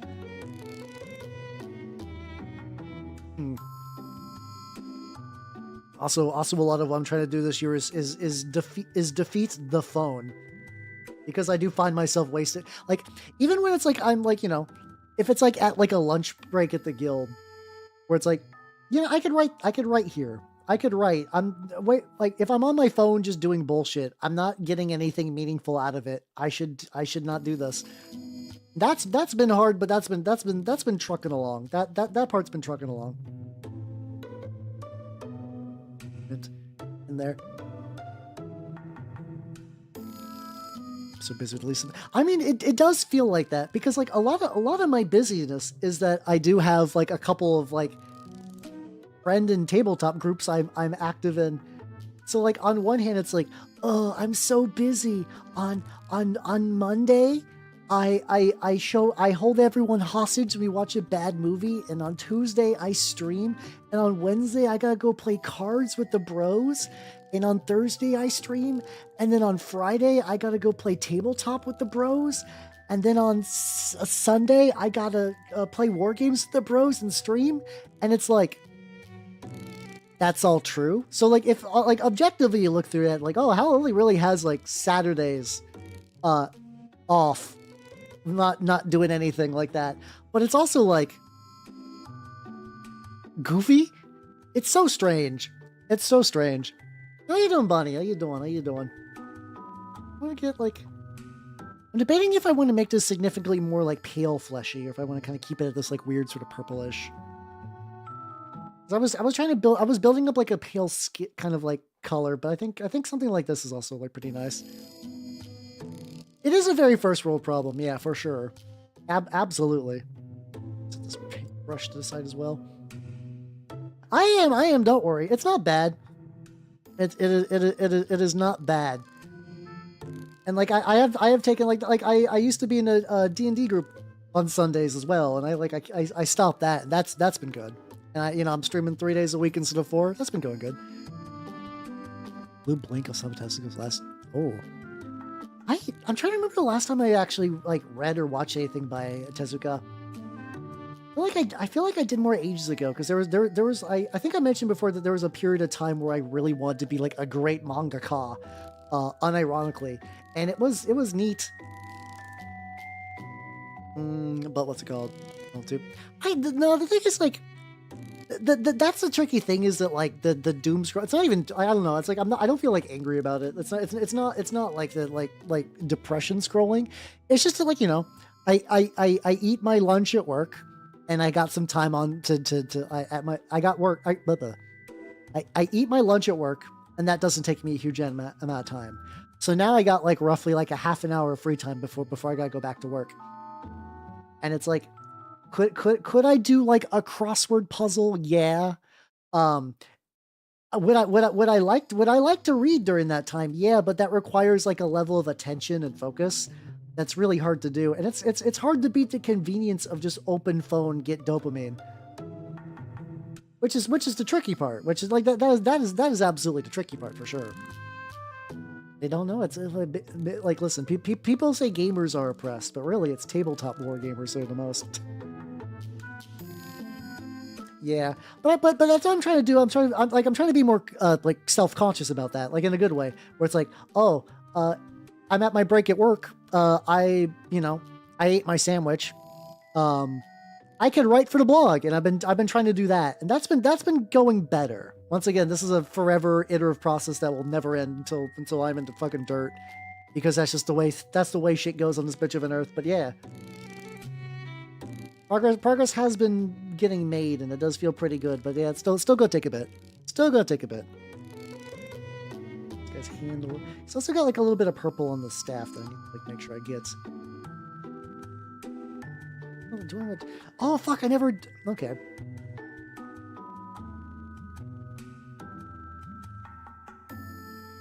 Like, his tail has like a little rope bit. I always really miss. I always miss that stuff.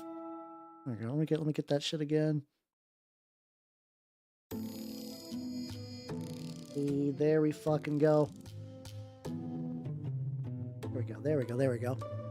Yeah, so yeah, it's like I said, it's been a thing. It's been a thing. So like I've been thinking about stuff. I've been doing better. Like I said, I wrote a couple paragraphs today. That felt good. That felt legit. I also have like an infinite amount of like notes and bookmarks and stuff I gotta get to. It's tricky because like I'm very excited for the thing I'm gonna be doing this weekend. Just like I guess I'm going to visit some people that like I've not got to see in a while, so it's gonna be fun. But like part of me keeps thinking like, all right, and this Saturday, I'm like, no, I'm gonna be traveling. Like, oh, I can't do anything on Saturday. Ooh. Still also gonna. I'm mostly done with the move, but there's not. I'm at the point where it's like, for the move, what I've been doing is like, oh, I've moved around the house. I understand how like all the like like saying like the shape of the house. Does that make any sense? Where it's like, I'm like, oh yeah, I walk by this hallway now, and like right here would be like a great place to move one of my bookshelves. So that like, if I am getting ready for bed, that I could just like grab a book to read if I want to read like an old White Dwarf or something. And it's like, yeah, there we go, like space optimization, yeah. Gotta make sure my layer is appropriately layered. Can we make those metal bits? I'm like dry brushing the detail back into a stick, which is.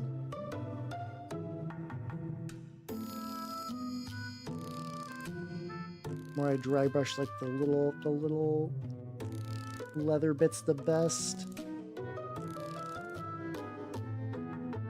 This will dry. Oh no, we good. I think I'm finally. I've actually not done like a proper enameling since I did this. It's the spatial awareness. The big spatial awareness thing is I watch out for. Is I keep stubbing my fucking toes on everything. It sucks. It sucks. I'm such a clumsy fucker, and that like things are moving constantly that like if I'm not paying full attention, I will just fucking smack my shit. I will just absolutely obliterate my own toes, and it sucks. Fucking sucks. It's getting better though. I don't know. I did that thing where like I twisted my paint and it's like fucking locked up. Nah, definitely not in the dark. No.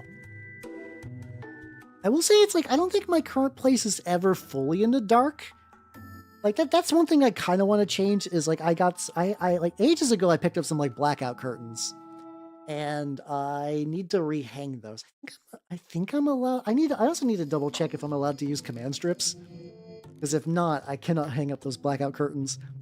It's one of those things you probably can. I can't imagine like I feel like command strips aren't that big of a deal, but like. I want to be sure before I start putting stuff up, because that might change how I lay out some things. But yeah, I need to do that and some other things. But I'm freeing up more space and stuff like that. But yeah, moving in the dark is just definitely not on the list at the moment. Let's see. Let's get your weird ass hand dry brushed. I'm forgetting that I got to get that like little bit on the. Well, I get that little bit of like the top of the hand, which is gotta be purple. Gotcha. Also, Solid, you don't have to at me for every response, my dude. I'm just saying. I am reading chat. You fucking nerd. He's like, yeah. I guess these are like little. Let's make them purple. Well, yeah, let's add a little bit more purple fabric to that. Just add a couple little bit more like little ropey bits. There we go. I'm also assuming some of this is going to get kind of gunked up. I'm super excited to use it. I haven't got to use enamels in so long. I've been feeling it. I've been feeling the itch. Also, these guys are going to take a bit to dry, but luckily when they do, like I got some other dudes. Like I do have these 3 chuckle fucks that have been kicking around my table. That I need to also get done with them. I haven't got to play any of the fantasy stuff in a while, but like I want to get them ready for when that does happen.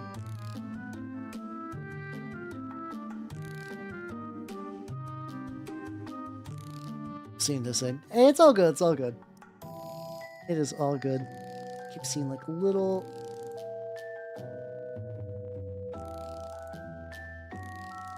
You're probably good for enameling. And I'm leaving those white areas because after the enamel happens, I'm gonna like repaint over that.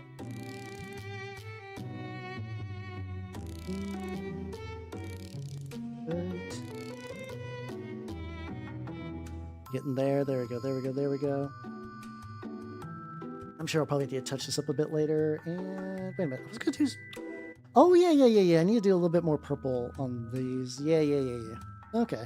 Not quite there yet. Oh shit! I keep forgetting. Yes, I gotta go here.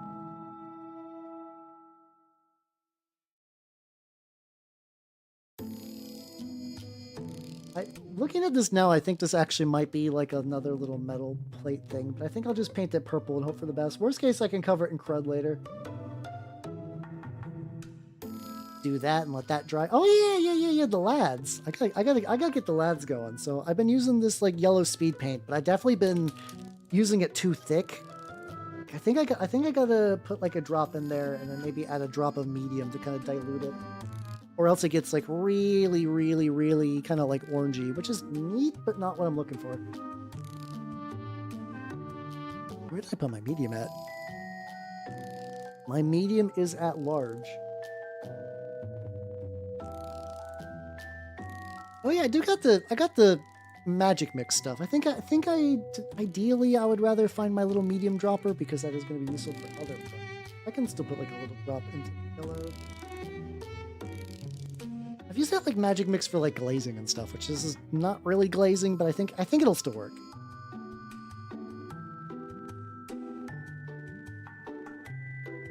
All right, so let's try this shit here.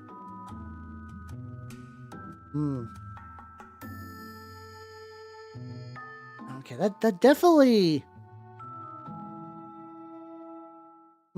thickens the fuck out of this. Oh, it feels weird when it's this thick. Though it does let me blend it a bit nicer actually. So I can just kind of go like there and kind of like blend the yellow. Actually, yeah, this might be good. This might be good.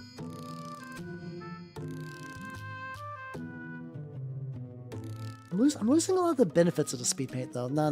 Maybe let me take a little bit of my cloth and like wipe that out. Why you ee-hee-hee? Why you tee-hee-hee like that? Oh, I see what. Okay, never mind. Listen, I am a pure say-so. Hey, I found my medium. Let's go. I'm a pure innocent say-so lad. I think of nothing with foulness in my heart. Jesus. Okay, this should be good then. Yeah. Oh yeah. This flows so much better. Holy shit.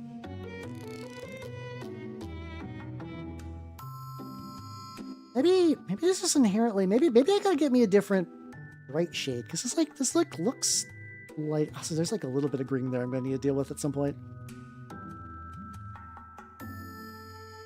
There we go. Because I know the green one I really like. Yeah, the green one I like really thin it. Oh yeah, I guess this works. Okay, I guess I can't really gotta like really keep it pretty thin.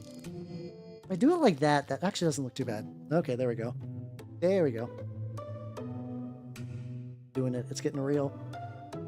I just have to like. I just have to like barely use. I have to like remove like most of it and just kind of like very lightly touch it, and then we good. I know that's another one. You guys can like do whatever the fuck you want with. That's fine. Get like a little bit more in the mouth area because there's like a lot more teeth that like I didn't quite get.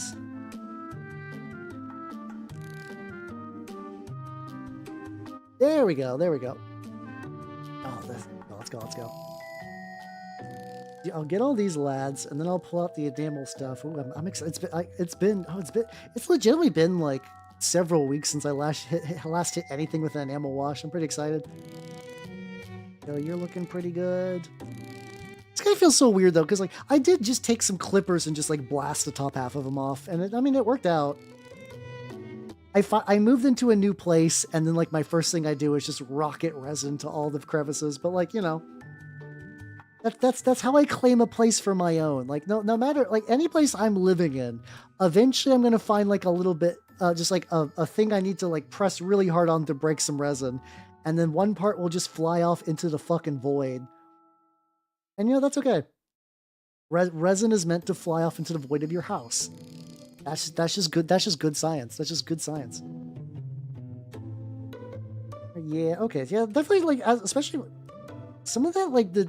Oh god, that's getting like weirdly thick. But like, I also know you guys are gonna do whatever. But it's fine. But like, I think at this point, if I do anything more of these fucking rats, I don't think I'm gonna get like any significant return. So you know, I'll just paint the rim later and just call it a day.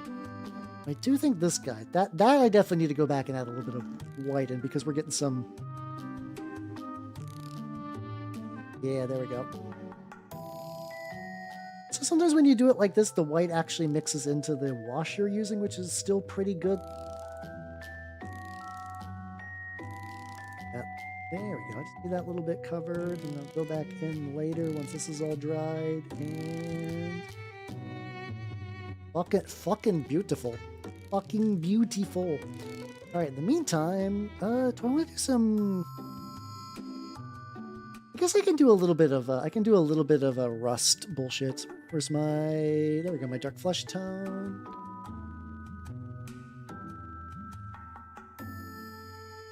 Actually knocking through it. I knew it's one of those things that like if I was to sit down and work my way through it, I could probably knock these out pretty quick. But it's like I also know that if I don't do it on stream, it's just not. This shit's just not happening. I wonder if I should actually maybe because I could get the enamel stuff during the break. That might be the way to do it. Add my little bits of red just to kind of like. I really like using this dark flesh tone for this. It just looks good. It's like a nice kind of like warm red brown. Makes all my rust stuff look real fucking nice. There. I have to touch up a lot of this later, which is fine. Oh yeah, I think straight up like that little bit of the gauntlet just had like a little bit of purple in it, but that's fine. I think the big thing is going to happen. I'm going to do the usual, do the enamel. I'm going to see the results, and I'm going to find little bits I'm going to need to touch up, and that's not a big deal. Oh, look how nice they look. Oh, look how excellent the lads look. Beautiful, beautiful, beautiful, beautiful, beautiful. Can dry brush the foot a bit more if I wanted to, but I think, yeah, no, I might as well. I might as well try to get like at least. Oh yeah, shit. I'm gonna need to varnish these bad boys. Oh fuck. Okay, that I can do. That I can do during the break. I can absolutely do that. I forget that I need to varnish these things. I nearly did a classic fuck up. Luckily I did not. Yippee! Let's go. Look at me remembering my own processes.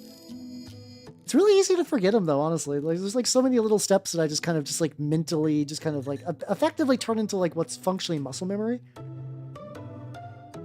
and just forget to do them. Going here. How you doing, Fuber? How you doing? I am working on my beautiful Mordheim Radams. They're looking pretty good. They're looking pretty legit. Yeah, wait and get those during the ad break. Oh yeah, let me get you. Oh, this guy's actually. Oh yeah, this guy's actually pretty close to a wash as well. Doing okay? I get you. I mean sometimes okay is still like a decent thing to shoot for. So hell yeah, let's go. But yeah, I think if I go to here and just add like a little bit to his like a weird little flesh wiggler thing. There we go. Painting for again. Oh, so the rats are for Mordheim. This guy is for effectively like a Warhammer fantasy sort of deal. OPR regiments. OPR regiments. You got going on. I can maybe do a little quickie rust effect on both of those. I also got this chuckle fuck, but I think he might need a little bit more extra juice. I think I can get these two ready in time for the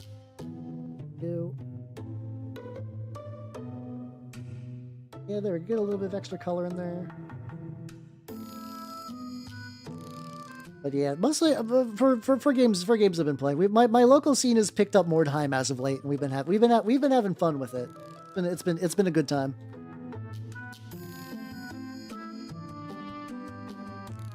It's been legit. Like I said, I keep looking up extra warbands to build. That's the dangerous thing. LED. Uh, the thing is, when it comes to like minis, I think most of them are like, I don't think there's solid iron steel minis that are things you could like regularly get. Like that's not super common. I think like pewter is still kind of like pewter and lead mixtures. I think were sort of like the big ones even back in like the metal days. Yeah, I'm honestly not the biggest fan of metal minis.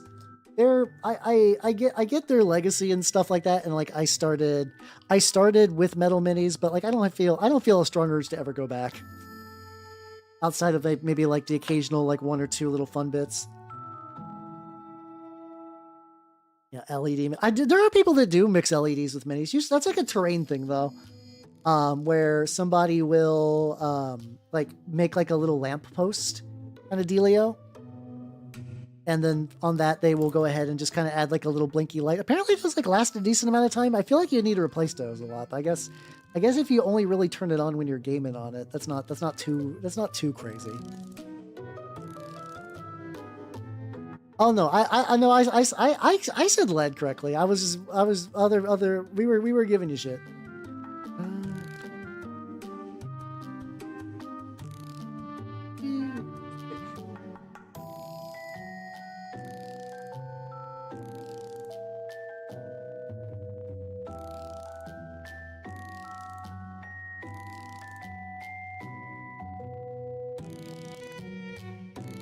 Worst case, I think I have an extra priming stick kicking. Stuff like that. Yeah, we just goofing. All right, I think I'm gonna try to get these guys varnished. I'm gonna go ahead and ad breaks coming up. I'm gonna go ahead and do that, and I'll BRB. Shouldn't take too long.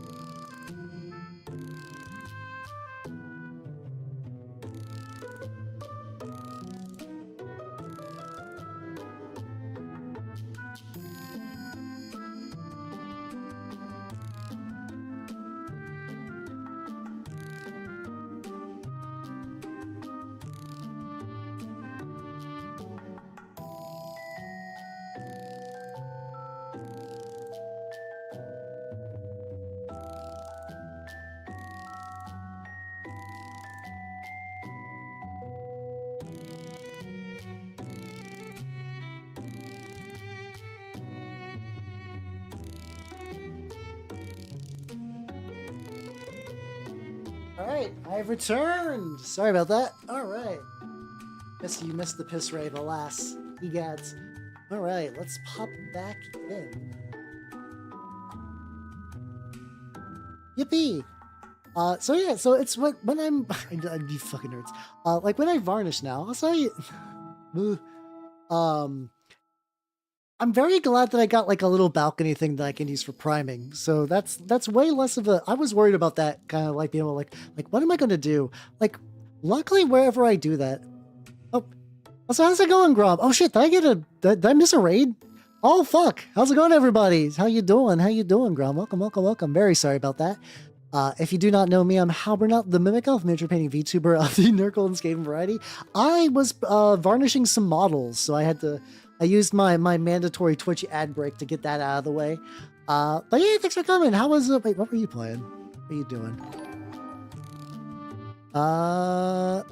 How's the Deadlock treating you? How's the Deadlock treating you? Also, thank you for the sub. Thank you.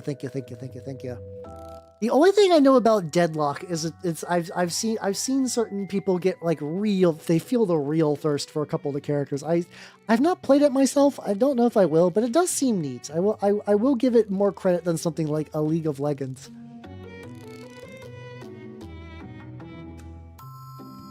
But yeah, hopefully your games went well. I am currently looking for my black, which is somewhere on here. I have been in this new place for like not even a full ass week, and my paints are a mess. I guess that means this really does feel like home. Legitimate. Oh, there we go. I found it. Let's go. MOBA with third person. Yeah, I'm not a big MOBA dude, so like I said, I don't think I'll ever play it. But but hell yeah, let's go. I think the only game I'll shit on anyone raiding into from if it's League of Legends and I know you, I will be like, "Are you okay? Do you need a friend to talk to?" it's the one game where like I will say that. But yeah, so currently I'm working on some Mordheim rats. These are my these are pretty bog standard. So these are giant rats. I have some regular ass giant rats, but these are special ones that I can summon if I get the right spell. I'm hoping I can get a hold of that spell because it's really baller. It's really baller to get like so many extra bodies. League is not fun. I unfortunately I have played League before back in college, and that was just like. My friends were like, "How? We play League of Legends, and you're our friend. You should play League of Legends with us because we're friends." And then that game got so toxic that one of them ended up effectively, like, quote unquote, like breaking up with a friend of his over it. Where it was basically like the friend was doing. I think it was more like the friend's girlfriend was doing like actively like being like bad enough to just entirely tank games, and it turned into like an altercation. Like not like a bad way, but it pretty much was just like it's like you gotta stop bringing your girlfriend to our League games. So it's like, but she's my girlfriend and I love her. I love her. I don't know. I like vaguely was starting to hit like Xavier Renegade Angel notes for a brief moment, but like it got pretty bad. It got pretty bad. Yeah, I mean it's the thing is, I think what makes League people like very upset is that like League it's a reasonably big time investment game. Like the shortest League matches will typically take 20 minutes, but based on my maybe the time to end a match like for things to wrap up has gotten significantly shorter. But at the time that like at a quick game, like let's say like you're in a game, and like at the minimum it's going to take 20 minutes. And let's say early on you see somebody fucking around, and you're like, oh, it's a game that like I could see why people back in the day were really big into following the competitive scene, because if everybody is on sync, it is a very skill intensive game, but it's also a game where unironically one person can lose you the game unless someone else is like a god. But it's also a game with like a bunch of heroes, where like some of them will just be bad. Some of them will just be bad or like not meta. So like if you play them, people will get upset with you. And like that wasn't something I ran into, but it is just kind of one of those things where like there's a lot of weird design choices that just kind of feed back into it, you know. How dare you play it? How dare you play character? Also, yeah, these are my Blight Kings. I was working on them before the move, and one thing I need to get back to is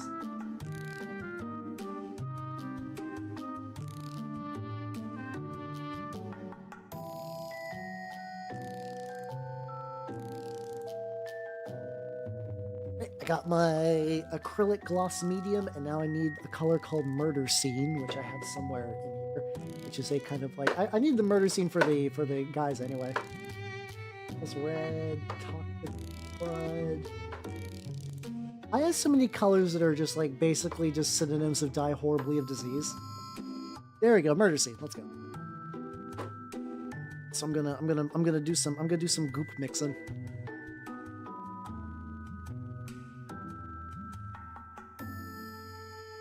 My friends also tried Blizzard. Heroes of the Storm. That was less of an aggravating game, but it still activated similar like neurons in like my friend group, like bad neurons. And at least for me, it's also kind of weird because like I missed a lot of the Blizzard games at like really important times in my life to like really get that like. There are people that are like, Blizzard's been a company that's been bad for like 10 years, but I will still play every Diablo expansion.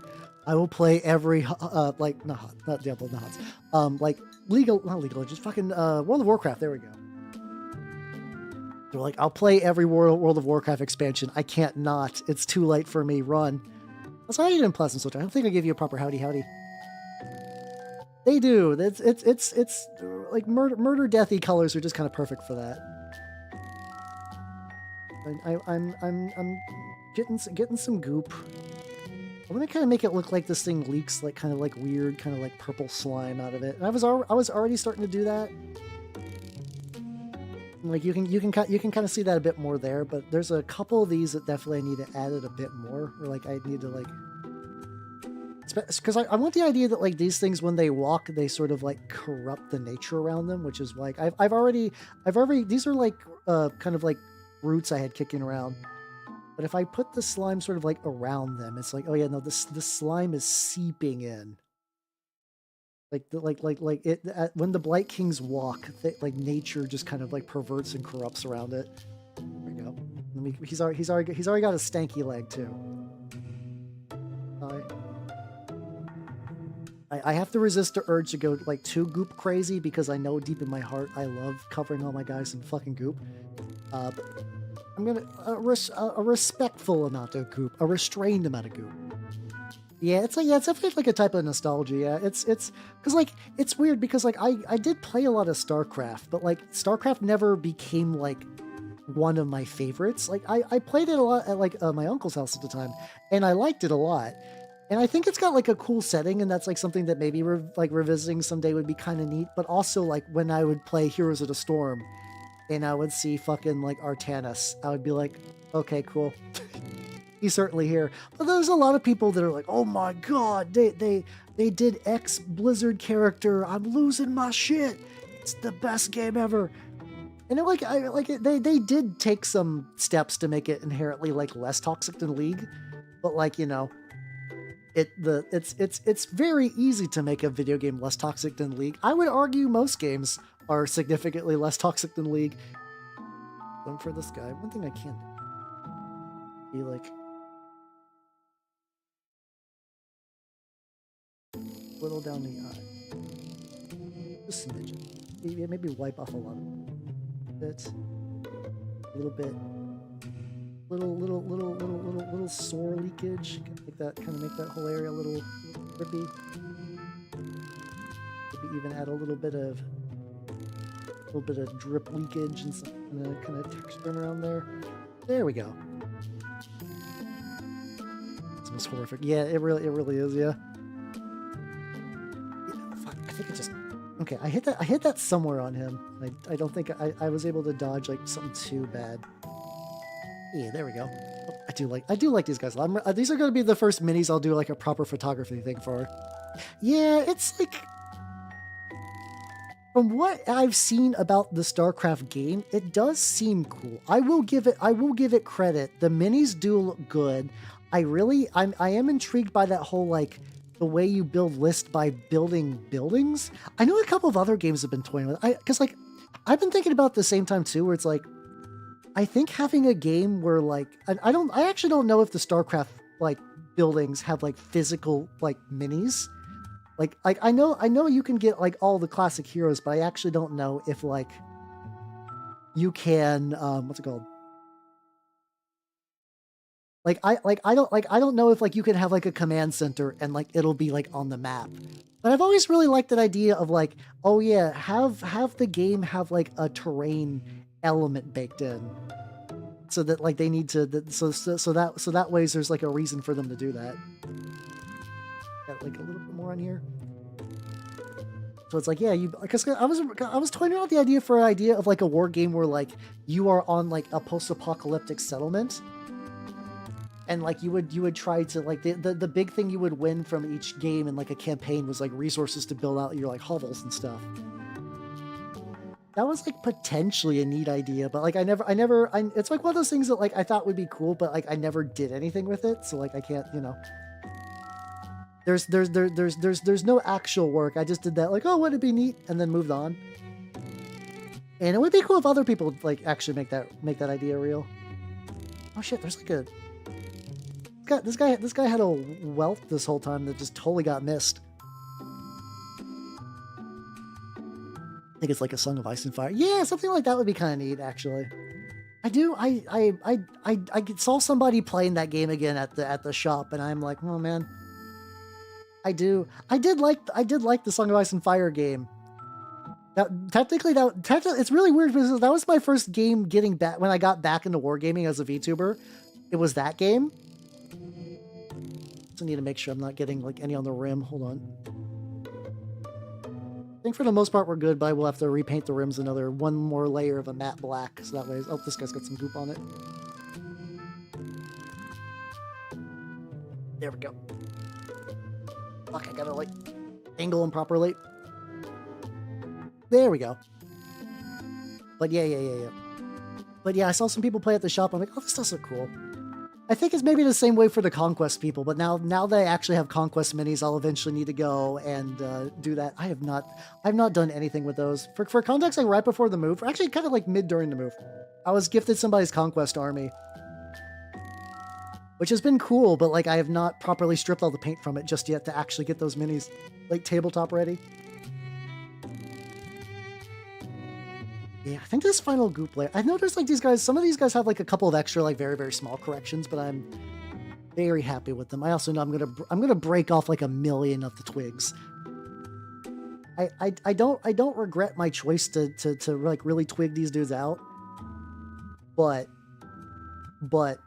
I know that those are gonna shatter like crazy as I play with them. They'll be fine though. Not that like the important part of a mini is like the final, like when I do like a picture of it, but like if the kind of like the idealized version of it survives for that long. I also need to make sure I rinse some of the goo paint out or else it's gonna get into my ferrule. To be fair, this is a shitty synthetic brush, so like if this brush gets all fucked up, that's not like the end of the world. But you still gotta wipe it out. But yeah, it's like as long as these guys like mostly hold, I want them to be intact to the point where like I eventually go to the shop and play the OPR regiments again, which I've not done in a while.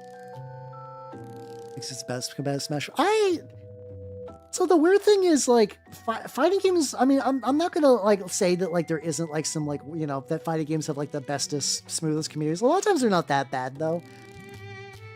What's tricky is that like, so like in a fighting game, I'm going to count Smash in this. I know some people like fight about the nomenclature, whether Smash is a fighting game, who cares? But like in a fighting game, if you do bad, like sure, there's other elements you can blame. Like you could be like, oh, this character is really broken this patch, or like, oh, I had a bad matchup in terms of like, oh, my character just naturally kind of jobs this other character. Like you can do that.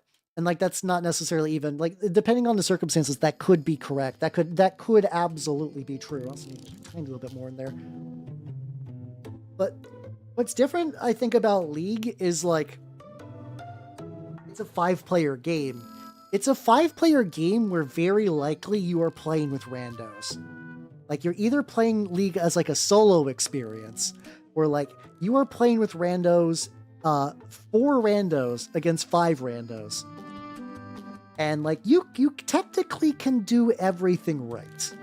Like I know that there's like certain characters that like if you get fed, you can like hard carry, and it doesn't really matter how shit your team is because you can just become like the blender god of murder and shit. That's pretty rare. Oh yeah, the whole like just like oh no, my controller's broken and unplugged, and the sun's in my eyes, and your cartridge is corrupted. Yeah, you can do that kind of stuff for sure. But I think the tricky thing is that like in League of Legends, like the very League of Legends is the hell is other people quote, where you could do great and then someone else could throw. Maybe maliciously, like maybe they're just something. Everybody's a new player at one point, and maybe you're just learning a character and you're playing it in like X game mode. Because like if you're like getting salty in rank, that's one thing. There are League players that will get salty in like free queue, and that's fucking bizarre. But yeah, it's also got a bigger time investment because like if like let's say you are playing like a fighting game, like how long is a set? Like even if you're doing like a tournament set, that's like what, like a couple of rounds. That's nothing too crazy. Like maybe what, like 10 minutes tops, if that. Like maybe like 3. I guess you could do like maybe let's say best of 5. Each one's 3 minutes. They go to time. Okay, that's 15 minutes, and that's probably pretty rare, all things considered. So like it's like it does have a lot of factors that would create a very very very annoying like a very salt-inducing environment, and that's why I don't play League of Legends, because all that sounds bad. All that does not sound good to me at all. Get some drink.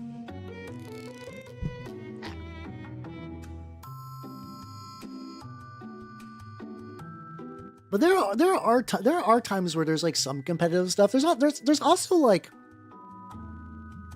kind of a difference between like being competitive and like certain people who are just like horribly like unfun pub stomping sweatlords. Like there are times where I see people talk about like competitive scenes of like Magic or even like Warhammer or something like that, where it's like, oh yeah, no, everybody's here to have a good time. Like we're here because we like the game and we want to play in a setting to like really challenge our skills. And like that competitive 40k stuff kind of leads into some weird shit with how the models work, but that's not their fault necessarily. But like the idea was like, oh yeah, it's like, yeah, we're going to a tournament, and I brought all my buds, and we spent like the night working on some extra minis and like planning the strats and whatnot. Like that, there's like a certain fun to that. Sometimes you'll see these people in like interviews and stuff like that. Be like, yeah, I had a good time. Like it's me and my team, my boys, and they kind of like pan the camera over, and you can see the boys. Like that kind of stuff sounds nice, but also like realistically, like those people are playing with other competitive people, and then meanwhile, the kind of person who's getting salt for like League reasons is playing like solo queue League on like silver or whatever, and it's just there to make it make his problem everyone's problem. Every time I keep hitting this with some white, the green keeps shining through, and I don't feel like I'm super rubbing that paint off, but I could be wrong.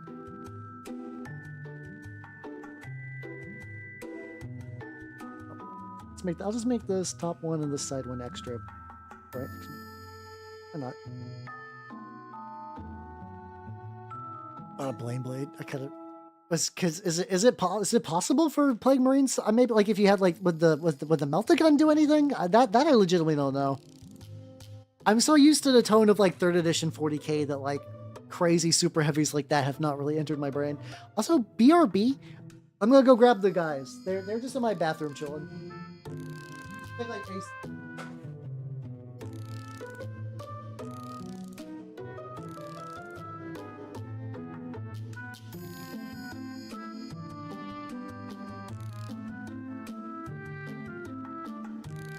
Lads, they are ready. Yeah, I feel like power fisting a Bane Blade seems like a terrible idea. Not your fault, but like, man, that's a rough matchup. So we got the various varnished boys. They're doing good. Also, this guy's got like a little. He was doing like a weird sack of like, why are you doing that? Oh yeah, I still got the sticky stuff on there. The blue tack.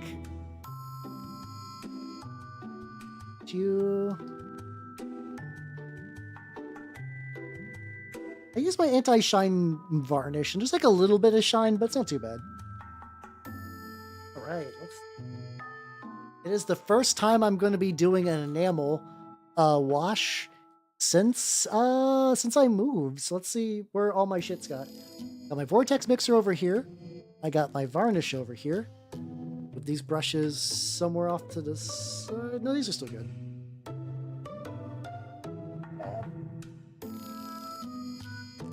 Mineral spirits. Oh yeah, boy, he's got that extra. He's got that stanky leg.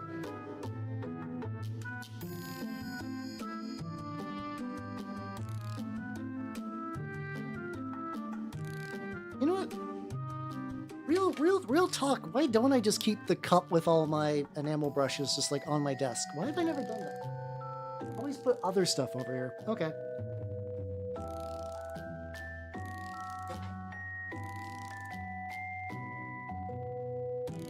Got some sponges.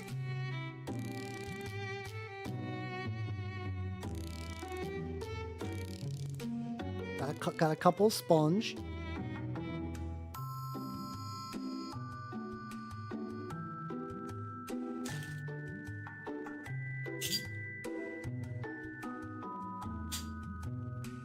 Maybe a couple of like the little sponge sticks. There we go. Maybe like 3. There we go.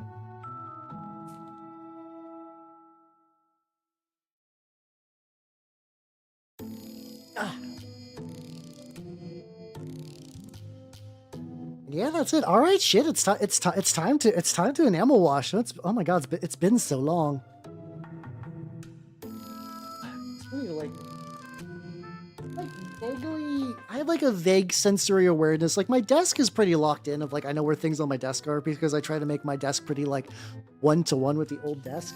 It's usually like outside my peripheral vision. Like I used to have like a different cart over to my right. I'm like just like wiggling off to a side where like no one can see, but like trust me, it used to be there. There we go. But that's been the tricky spot of just like trying to like find those like side things. What do you mean sniffer? Nande? Why sniffer? Why nande? All right, so I'll draw it. Double check before stream to make sure it was plugged in. Okay, it's got more give than I thought. I do crave the mineral spirits. It's good. I like the way it looks. I just love the way it looks. All right, some 2 drops on there.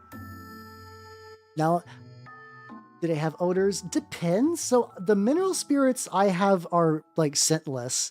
A lot of Goon's Grime enamel paints don't have a huge amount of scent to them. The Dark Wash from AK Interactive, which is what I use as like my primary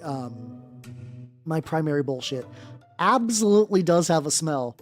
Absolutely does have a smell. It's not good. It does. It do be having a smell. Just gonna start on this boy just to test how thick I got it. Looks like it's pretty red. Makes no sense.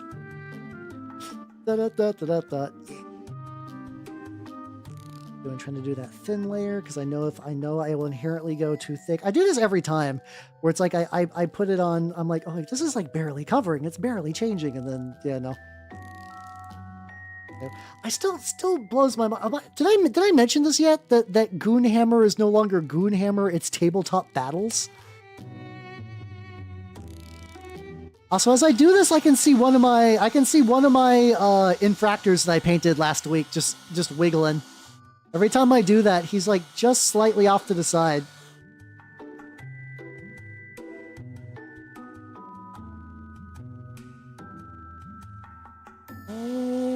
we go. What did you do? What did you do to piss Zeus off? What did you do? Well, apparently it was like a combination of like they were in the process of like changing some stuff around. The thing is like, and like the connection to something awful was like pretty tenuous at this point anyway. Also, the changing on Goon. Fair. I mean, yeah, you can't avoid pissing Zeus off, especially because Zeus goes out of his way to get people pissed at him. So yeah, really the only way to not piss Zeus off is just not exist.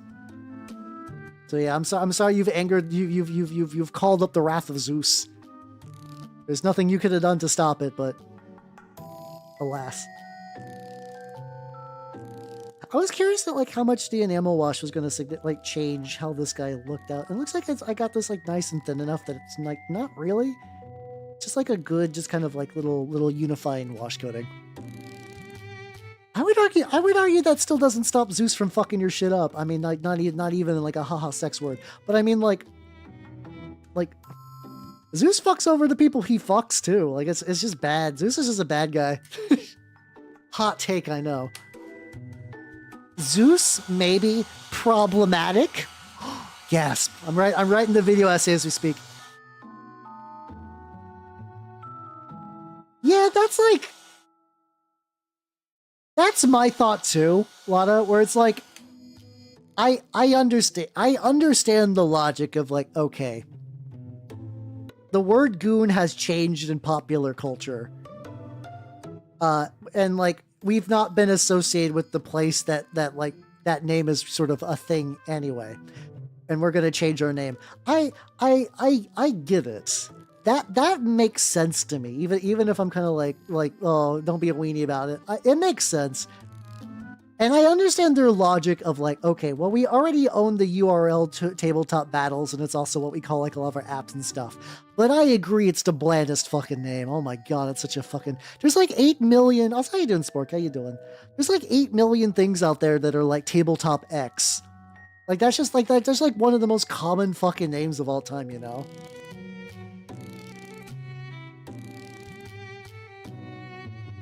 Where it's like... There's like Tabletop Titans and Play on Tabletop and like... There's others. I know that there's this like quite a few places online that are like Tabletop X. It actually made me realize that my YouTube channel is called Hal's Tabletop.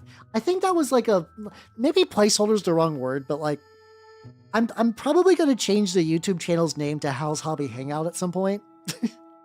Because we get the Triple H, which I think is nice. But you know, it's got a bit more pizzazz to it. It's like one of those things that like I'm actually glad that Goonhammer changed their name because it made me be like, oh, maybe I need to think things through a little bit more. Maybe add a little bit more spice on my end.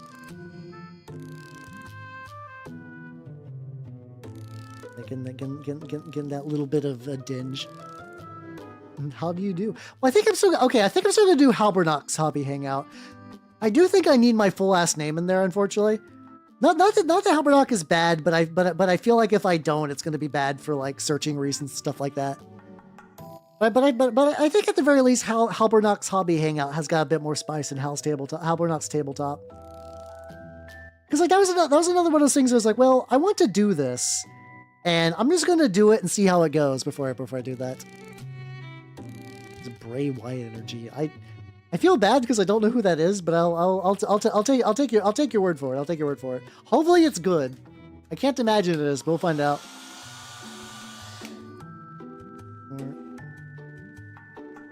Can I get like a little bit more in there?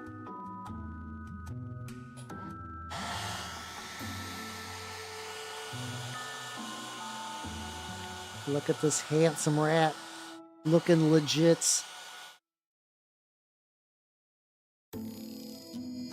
There we go. We brighten up the cloak a little bit. I think the big winners on this enameling is going to be the fucking pustules. They just look really good with that last little bit. That last little bit really made them fucking pop. Hell yeah, let's go. Oh yeah, okay. I'm glad that everyone does seem to be vaguely on board with Halbernock's Hobby Hangout. So yeah, that'll be coming. At a Bayou horror bit.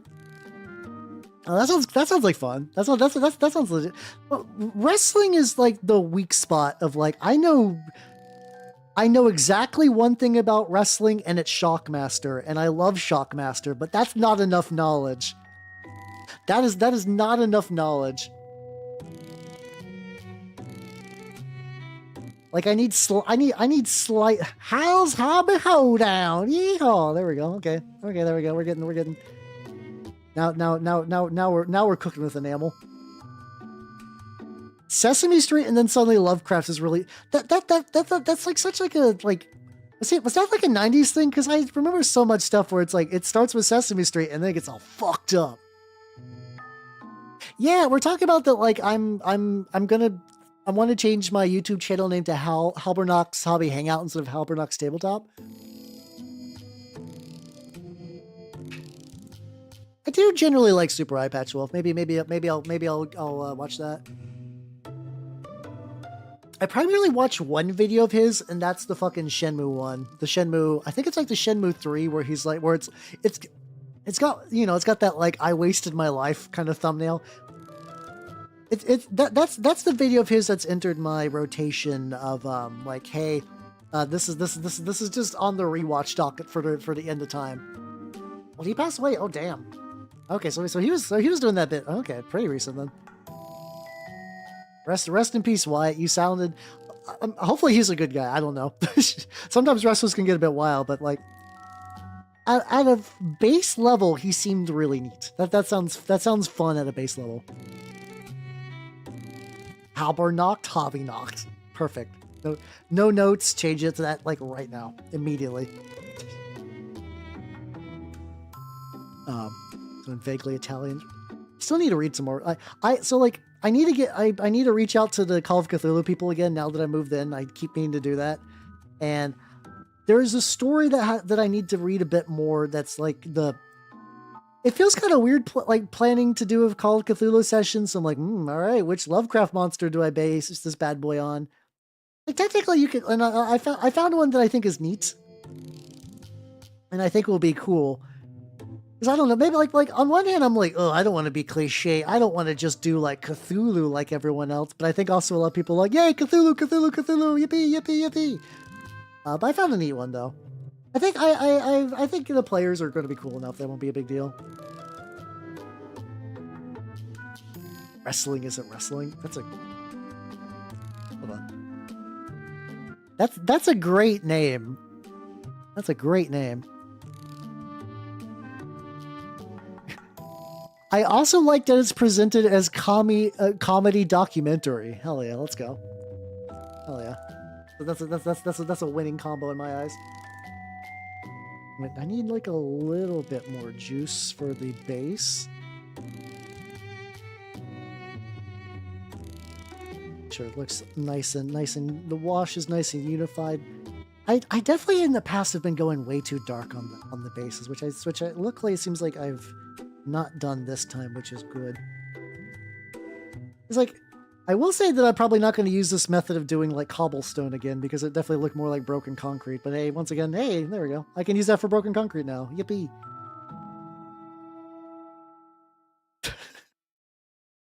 Okay, that's very fun. So that movie has a female Triple H as like the main character, I guess. Wild. Oh god, I watched Rubber ages ago and I don't remember anything from it. Holy shit. Was it? Am I on crack, or I have like a vague memory of like one of the guys from Fallout Boy being involved with Rubber. I don't know why I have that thought in my brain. I could not tell you if that's true or not, but in the depths of my memory, that's in there.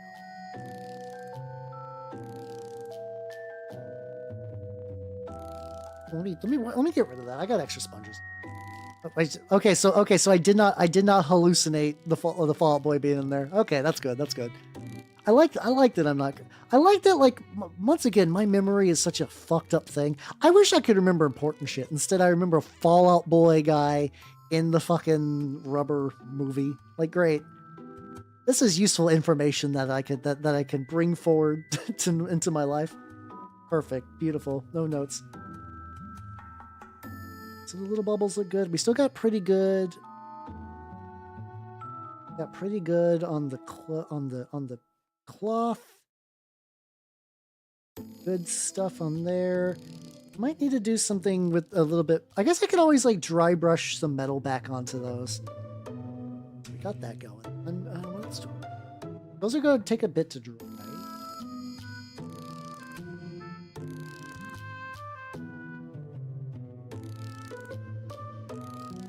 We do got this guy. He is...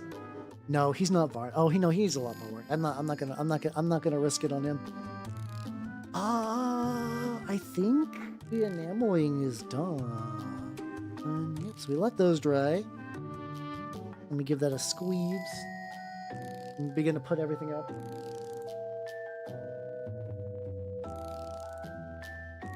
Like a firmly grasping grip. Oh, it's because I'm looking for the lid to my enamel stuff.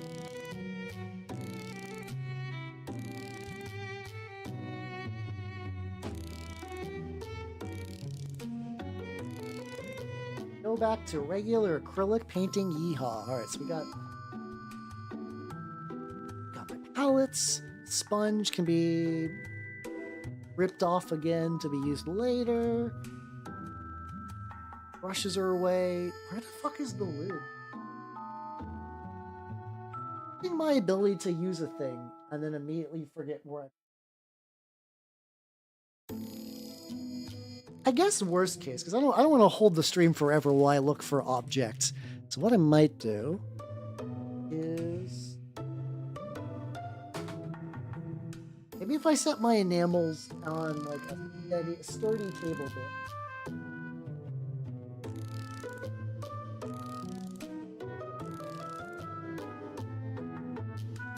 All right. I set that on my shelf like way in the back so that maybe later when I'm like really packing things up in like packing up things for the night, I can go back and check there. All right, what do we got going? How come every time I paint this fucker white, there's just like a little bit of green and I don't understand? I gotta deal with this. I know the tricky thing is like I gotta figure out what movie to do for movie night. I think, oh yeah, this is a tangent that I was like starting like an hour ago and I've not done anything with. Like, one of the recommendations was to, like from a weird animated movie, and like that's a field of like bizarre movie bullshit I have not tapped into for movie night. And there's one that I think would be a good fit. It's called like Agent Freddy as FR07. It was a movie made by the Brits as kind of like, we're the British, we can do animation too. Where they made like a weird magical James Bond frog that's also like psychic. I've heard about this movie a couple of times. I heard it's like one of these movies that like if you describe it to someone, it's the raddest fucking movie ever. But if you watch it, it is like not nearly as cool. But I'm curious. I'm a curious lad, so that still might be what we watch maybe next Monday. Now that might be fun. Yeah, oh yeah, Dominator did have a very similar idea where it was like, hey, we're the cool Brits. We can do 3D animation like all these other countries, and then they just make the most incomprehensible bullshit. So I also remember what I need to do. I need to glue this guy onto his base. The big thing is I need to make sure that the rat follows the flow of the staff. Like that way-ish. The big thing is I hope it's less like... When you guys were talking about during Rollerblade about getting headaches when watching that movie, that's how I felt about Dominator. Like, so far out of all the movie night movies, I think Dominator was the one that I was most like, oh, watching this is causing me actual physical pain. I didn't want to stop because I don't stop. Whenever I watch a movie, I see it through to the end. But I remember just being like, is this fucking dried up? The weird thing is, like, on one hand, it does kind of feel like a superiority thing, but also part of it kind of feels like, hey, don't count us out yet. Listen, we might not be known for like this weird thing we're about to attempt, but by George, we're gonna give it a go. And we're gonna show you that the Brits can do animation just like the Americans and the Japaneses and the Koreans, and then they make dog shit. Like I can't give British culture like that much of a, because like a lot of what I do is based off of a British sci-fi series where everybody is very British, in terms of like speech and whatnot. But it is very funny. It is funny that any time where it's like Dominator's gonna show everybody the Brits can do 3D, and it's like the loudest fucking cacophony of just like strange metal and like weird polygonal tits and whatnot. See, so this is gonna be a little tricky because I knew this guy inherently was gonna have a bit of a gap to him. Okay, this is less terrible then. Okay, that's... Because probably what I might do is use some sprue goo to kind of hit around the sides, and after this is like kind of dried in, and then use some primer stuff on the sprue goo and some other stuff. Really, yeah, exactly. A lot of stuff that you're like, it's like, if you, like, I have very passing knowledge of the stuff that influenced 40K, but like, if you ever just go and look up like a lot of the, like, if you ever just like sit down and look at like a 2000 AD, and you're like, oh, that's just like, I mean, Judge Dredd is very apparent. Like Judge Dredd is very apparent how much that gets ripped off by 40K. Let me see if I can find, like Nemesis the Warlock.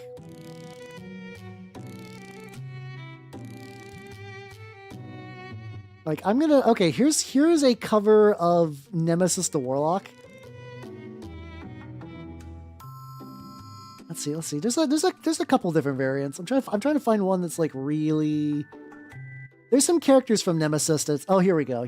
Okay. Oh, this is perfect. Yeah, heavy metal for sure. Dune. I mean, yeah, obviously. So this is a cover from Nemesis the Warlock, which, if I remember right, the premise is about like an alien that got like nearly murdered, and he's out against revenge on what is basically like this Imperium of Man. And look at that shit. Look at this fucking guy. This guy could fit in any Warhammer book and not look out of place.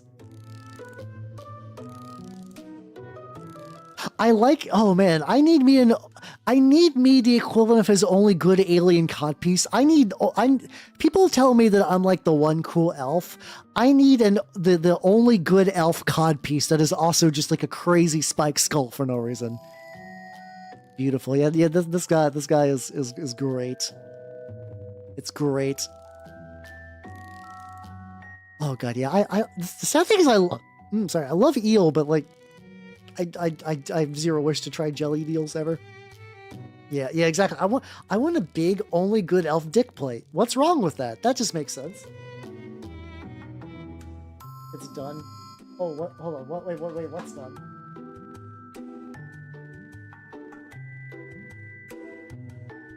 Taking some space off to the side because I want to get I want to get these guys done when I can. Oh, thank you. It's funny because like I get that a lot, and it's really it's just fun. I don't get upset. Once again, I am still the proud owner of knifeear.com, which I need to do something more elaborate with that. Ooh, okay. Oh, let me get the updated version. Let me get the updated version on there then. Hold on, chotto.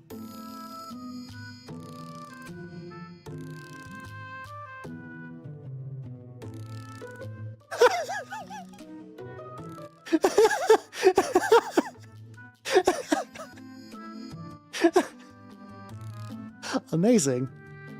So, how do I begin to explain this? First, you need to watch a movie called Rollerblade from 1986. It's gonna be bad and you're not gonna like it. It's gonna explain nothing, but that's the only way to get any context for this beautiful, beautiful image. Yeah, we got. In the movie, there is a sheriff who speaks entirely in Shakespearean verse for no reason, And then the character that I am cosplaying as, Mother Speed, is an old woman who has every accent. Is she German? Is she Jamaican? Is she Russian? The answer is yes. She never leaves her wheelchair, but by God, she is everything at once. She's everything all at once. The hit movie, Everything Everywhere All at Once. It's amazing. It's one of the most movies of all time. Quick. Well, fuck. Yeah, she does wear roller skates on the chair. It's because, you know, sometimes you gotta. It's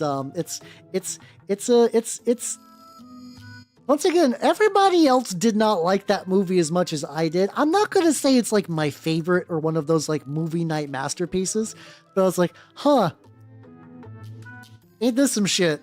And then everyone's like, Hal, I'm dying, and I'm like, I don't know why you guys are dying. There was a scene where a guy with a goblin for a hand, the goblin does like unwrap a woman out of tin foil. She's completely nude, and he begins attempting to suckle her tit until the guy he's attached to pulls him away and starts talking about plot. And then shortly afterwards, the woman, who is very like foggy mentally, grabs the goblin and forces him to continue to suckling the tit. That is definitely a thing I have seen in movie form, and everybody who watched it also has seen that. So yeah, that be a thing. The thing is, like, I could not tell you a single line from that movie. I could not tell you a single line from that movie other than the fact that like the kid's name was like Little Charlie or something like that. So every time they describe the kid, they call him Little Charlie in full. Everything about that sounds crazy. Like the fact that the nuns have a magical nun technique. Little Chris, thank you. My bad, Little Chris. The nuns have a magical technique where they can use their like butterfly knives. They can use their butterfly knives to heal people, but they can only do it once per person. That's all they can do that. The codpiece has been forged. Hell yeah, let's go. Turn dirt. Oh shit. I could do that'd actually be probably easier to do actually, but I kind of want the energy wrap to be manifested, so I might just do like the sprue goo around the edge and then paint that green as well. Help me on the brain. No, never. I'm sorry. got your ass. Also, whenever they use the knife magic, a smiley face gets superimposed on the screen. There's also a moment where like 3 nuns who were rescued are led into a room. And then that room opens up and you see something boiling, and you're like, oh, there was like a pool of acid earlier. Maybe that's a continuation of that. No, it's a hot tub. It's a hot tub, and then the 3 nuns just begin it's very funny in a weird way. And this is going to sound crazy, but hear me out. It's strange because the hot tub has no suds in it. Like there's no foam. It's like just water. And I don't know why. I wish I could articulate why I think that feels weird. Like, I feel like if you're going to do a gratuitous lesbian hot tub scene, that like, you know, I feel like there should be some foam. There should be some suds or something. No, just water. It's fine. No, you made the correct choice. You made the correct choice in that picture. I have no regrets, criticisms, suggestions. It is flawless. Like, it was funny because like I mentioned very briefly in the beginning, long day at the guild. I came home like maybe like 10 minutes before stream started. I ate some food. I sat down and I'm like, oh, I should check Discord before I get on. And I was like, oh shit, Halbart not updated. Yippee, which is the channel for posting like fan art and stuff. And then I see it and I'm like, huh, hell yeah, which was great. Yeah, there's no suds. It's functionally just soup. Yeah, exactly. So thank you for that. That was magical. I feel like these guys had some other defect that I meant to fix, but I'm not seeing it. So I'm sure when eventually I rotate these guys, I'm gonna find out that I missed something very obvious. I'm gonna weep profusely. I'm just gonna absolutely just fucking cry. No, I'll tough it out. How you doing, Geeky Ghost? How you doing? We're talking about the excellent movie that you should see. Strong recommend. One of my top 5 movies of all time, next to Citizen Kane. Rollerblade, 1986. I can't even let that joke hang for like 3 seconds. That's a lie. You should watch it. It's bad though. It's not good. But you should still watch it anyway, because it's certainly a thing.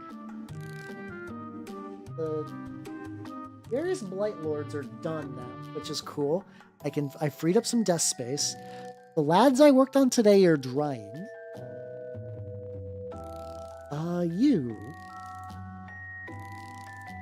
You I could probably go back and touch up some of the cloth stuff, because I do need to get this guy done. Not that I need him anytime like really soon, but like it'd be good to get that shit out of the way. What if it was a lesbian cold tub scene? Maybe. I will fully admit that like I don't really actively watch like lesbian porn, so I'm sure there's a whole wild like stratosphere of bullshit that I've never experienced. Never experienced. There's probably all kinds of shit out there, especially now that people are actively doing like making like crazy Yuri stuff, which I don't know. There's like on itch.io, I know there's like a toxic Yuri game jam now that's happened. And I'm like, there's part of me like, I wonder what those games are like.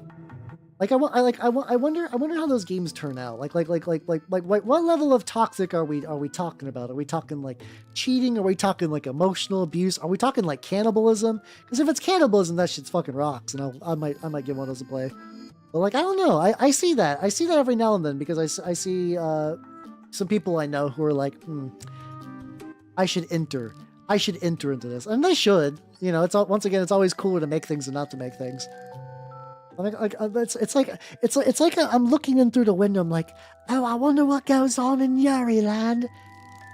I'll just look at a distance. I'm a weird British boy with a bad accent. Like most of my things. Eating around expert level. Oh yeah, they do a game that's just like it's just a full on cunnilingus game, but you have to do combos like Tony Hawk's Pro Skater, or else you get kicked out.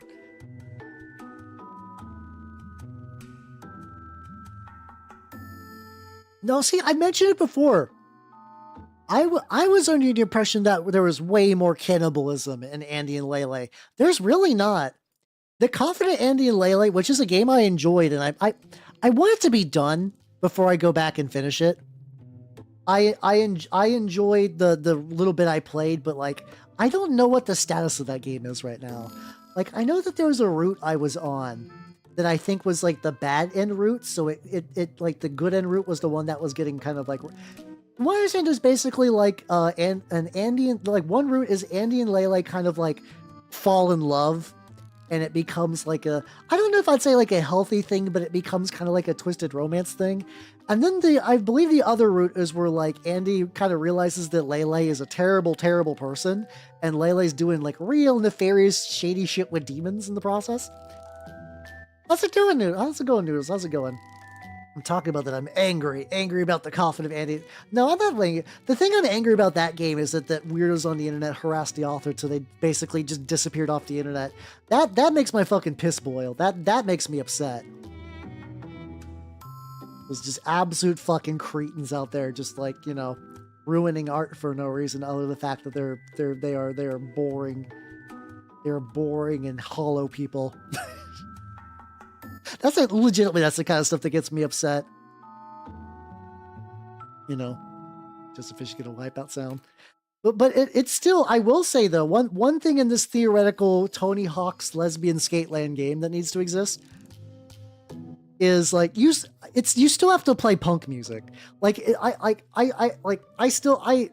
you're going to be playing this game and eating out a lady, if I'm not listening to the Mighty Mighty Boss Tones, I guess Mighty Mighty Boss Tones are like super punk, but like I don't know. I still want the exact same soundtrack. I still want to hear Mighty Mighty Boss Tones. while you a lesbian are going to town on a different lesbian. Which I guess you would select them like in the same way you would do. Maybe next year I just need to enter the Toxic Yuri Jam. Maybe next year I just need to enter the Toxic Yuri Jam and just make this real. then people were like, "We're gonna beat you with sticks now," and I'm like, "Okay, I accept my fate. I accept my fate." However, real big fish, and immediately before the stick comes flying towards my brain, I immediately, I explode like a fucking panty and stocking ghost before I go home. What do we want to do? Trying to figure out what to do with this scabbard dealio. I'm really liking that. That was one of those things that was like the soundtrack was always like really fun for those. How do I want the scabbard to be? Like I have a little bit of red accents in my stuff.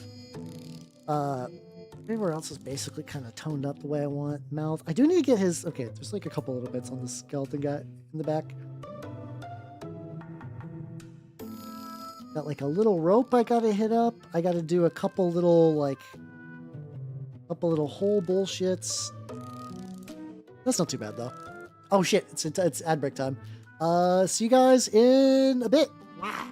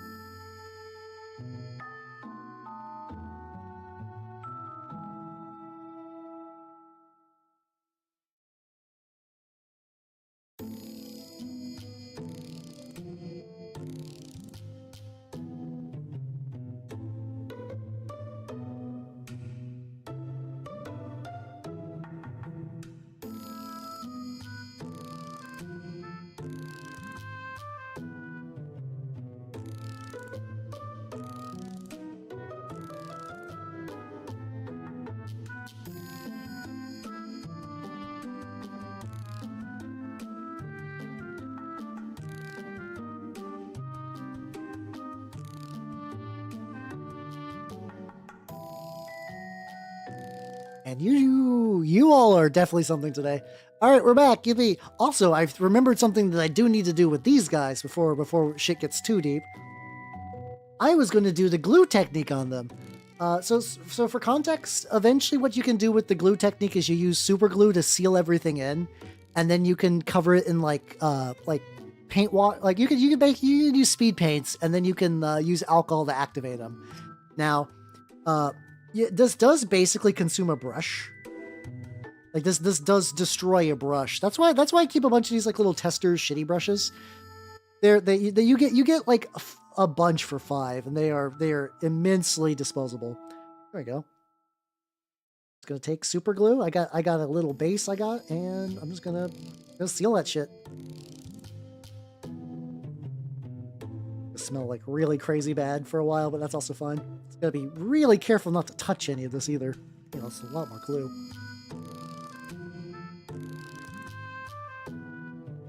Yeah, I sacrificed a G-dubs, well, I sacrificed a G-dubs, like, base for this, so I can just keep putting glue on there. And I can already feel the brush begin to crust up, and you know, that's fine. As long as it, like, vaguely does its goal at the end of the day, that's fine. Also, it's like, yeah, I'm painting rats again as well. So no one can give me shit for painting rats because I have more rats incoming. I don't know when. So I really need to get the leader for my like the two main leaders for my warband. So like the other leaders will be the other heroes will be coming because I need some plague monks with some sensor flails, and then I don't know, maybe some other ones. Oh yeah, I need some initiates. There we go. All right, so that's good. And eventually a rat ogre, but like I don't know when the fuck I'm gonna be able to afford a rat ogre. They're very expensive. They're like 200 technically warpstone tokens, but that's functionally Skaven gold. Because castor oil. Ugh. Ugh. I'm dying, Scoop. I guess so. I get fair, I guess.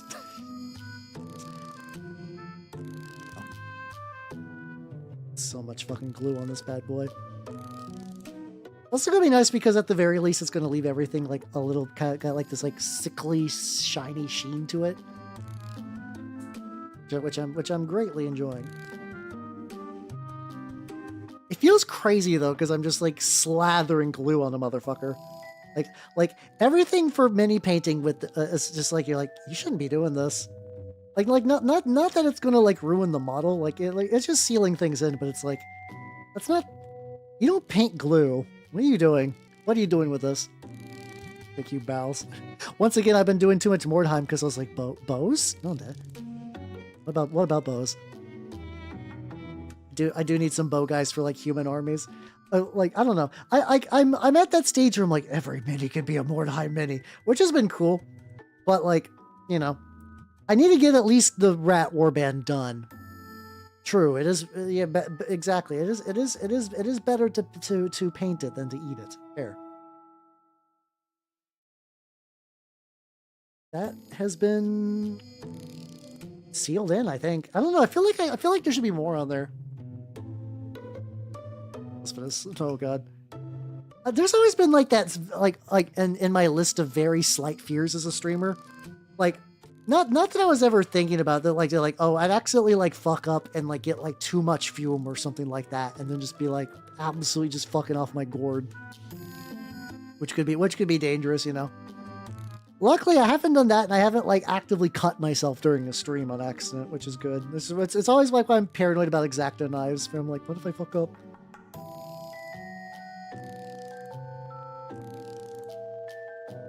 Get them. All right, there we go. And chuck that fucking brush. That is used up. I can at least keep the base around though. I don't want to show it because it's too. I can at least wait for that glue to dry and just use as a regular ass base. All right. What do I? Oh yeah. You.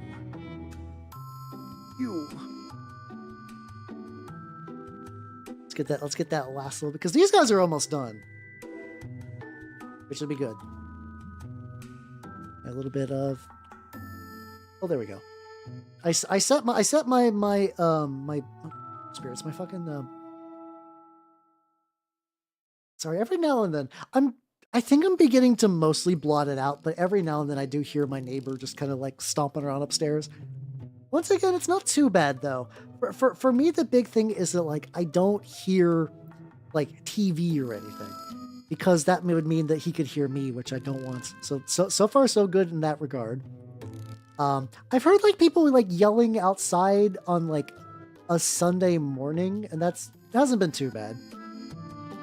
Like, because once again, the thing I was very afraid about like audio stuff for moving into apartments. So far, not hasn't been bad. It's not been bad. sure I get this like spread out, but not too much. Oh, hold on. Oh, I know I could do. Lunge. I can use that to pick up the drippings. And there we go. Look at you. Look at this happy little. Look at this totally normal rat. I can't wait to bring him to the store and just be like, yeah, that's the rat. The totally normal, not fucked up rat. That regular, everyday rat we all know and love. Let's pop the top off of that, and then let's go back to you, buddy. He's got like a couple little bits I can continue to work on with the paints. I might as well try to wrap these up. Like otherwise, like these guys still need bases. These guys still need bases. Oh yeah, I can also show you too another thing I'm working on. Once again, like I mentioned, my scene is currently trucking around on doing like a bunch of get up. Is doing like 15mm bad ab.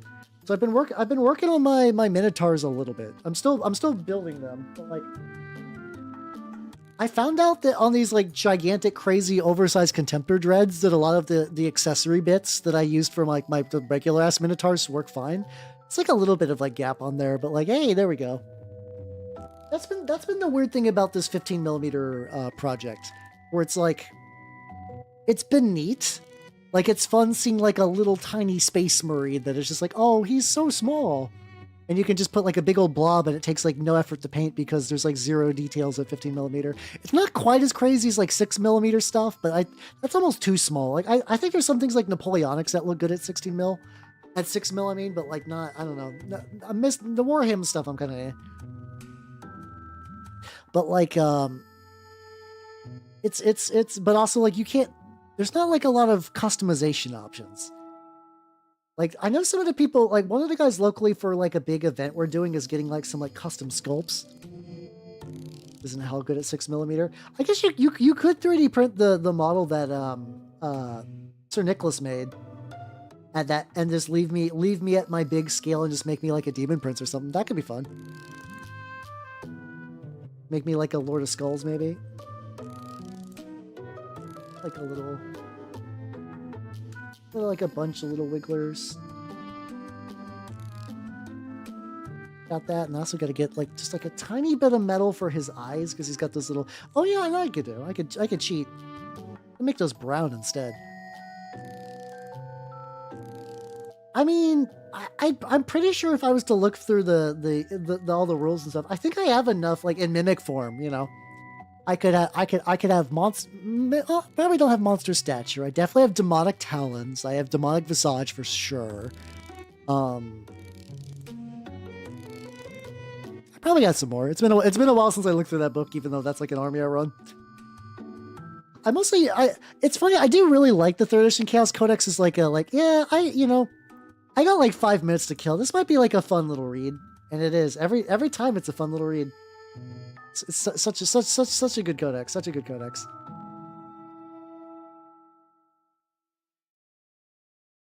Yeah, I think I never. I think I need to dry brush that little guy in the back as well. I think I got enough. You need, if I remember, I think it's like 3 minimum to qualify as a demonic prince. And I think, like I said, I definitely got visage and talons.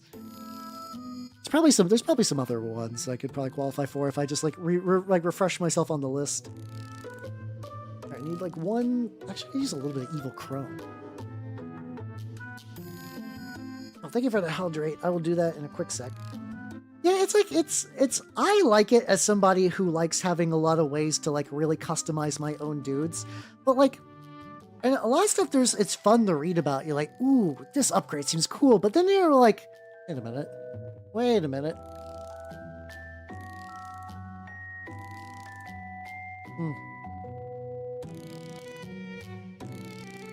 Where am I going with this? Where it's like, you're like, oh yeah, no, I would never take this in a million years. It's like, oh, I can get bionics that once per game maybe let me stand up, or I could get something that's useful all the time. Or like, oh, this unit's cool, but like, realistically, there's other units in there, and it's not like I'm like, oh, I'm min-maxing. There's like basically a lot of units in that codex is cool, are cool.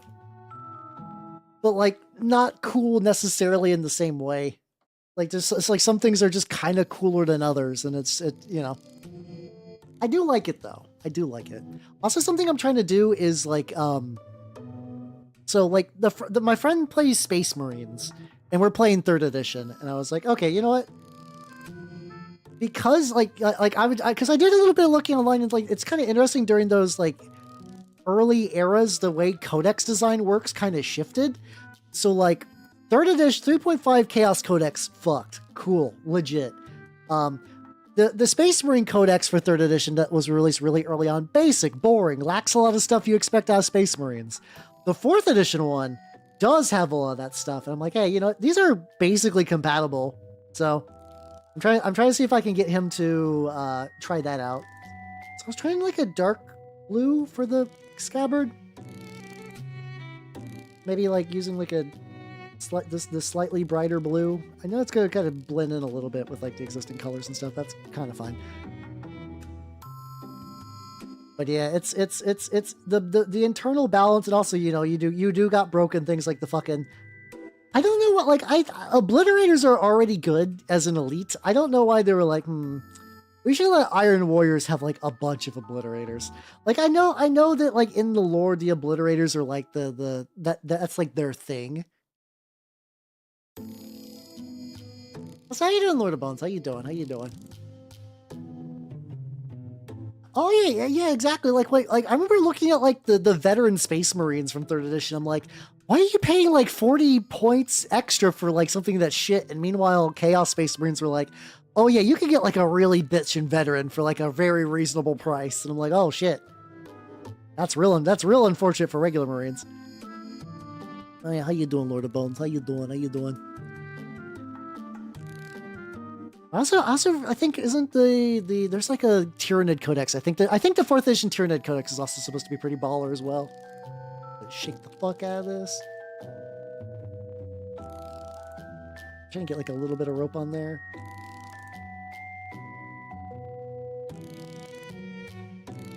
Like right here, maybe? Yeah, there we go. There we go. So, hey, let's go. I have been painting rats. The rats are I can grab them. I just have to be very careful when I grab them. It's me, I'm cat. There we go. So this guy. So I did the glue technique to seal that in. I don't want to touch that because, you know, between the enamels and the glue, I don't know what parts of this model are dry and safe to touch. He looks nice though. I think the glue, even at a base level, already made like the little pustules look extra fucking gross and crusty, which hell yeah, let's go. And so like right now I'm just kind of working on some other guys. Oh yeah, I forget, did I show you these 2 chuckle fucks? Hold on. Let me get a little bit on the, oh yeah, I'm gonna need to add a little bit to do like shit. It's fine. Let me add like a little bit more of this dark blue on here, and I'll try to do like a highlight slightly brighter blue maybe. I got these guys from my shop's used bin, and they are and the same thing that I got Corphayron. These are certainly Marines, I guess. It's like I can kind of tell what they're going for. I mean, this is definitely like old Death Guard Legion style. We got a Thousand Suns backpack, I think, and then like definitely I think a Thousand Suns shoulder pad. We got, I think like, so, I forget exactly what type of gun this is, but it's definitely more like a heavy weapon gun. This guy's got the fucking plasma gun. Hell yeah, let's go. And like so what I'm thinking about doing for these guys, I'm gonna make them the Space Wolves. I keep talking about wanting to do the 13th Company, and I think what I want to start doing with that is finding like used little weirdos at my shop and be like, okay, I think I can make you look. How you doing, CEO? How you doing? Things have been going good. Currently the lad who is drying is this chucklefuck. I'm letting my enamel paints dry for tonight, so I don't fuck with them too much.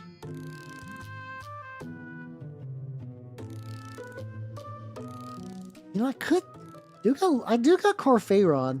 This is technically primed. So I got this used Corphayron, but like somebody replaced his arms. Like his this arm, and then this shoulder pad. Hold on. I assume Corphayron has a canonical color scheme.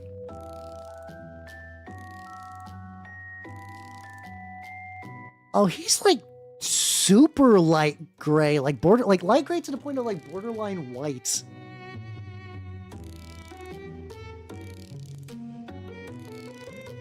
Okay, that's easy enough to do. That's easy enough to do. It's my medium gray. The easy part was thinking about how to paint them. The hard part was actually finding the grays. Got a dark neutral gray. I could do him a bit. I could do him a bit darker. But I don't know. You know, he is like a named character.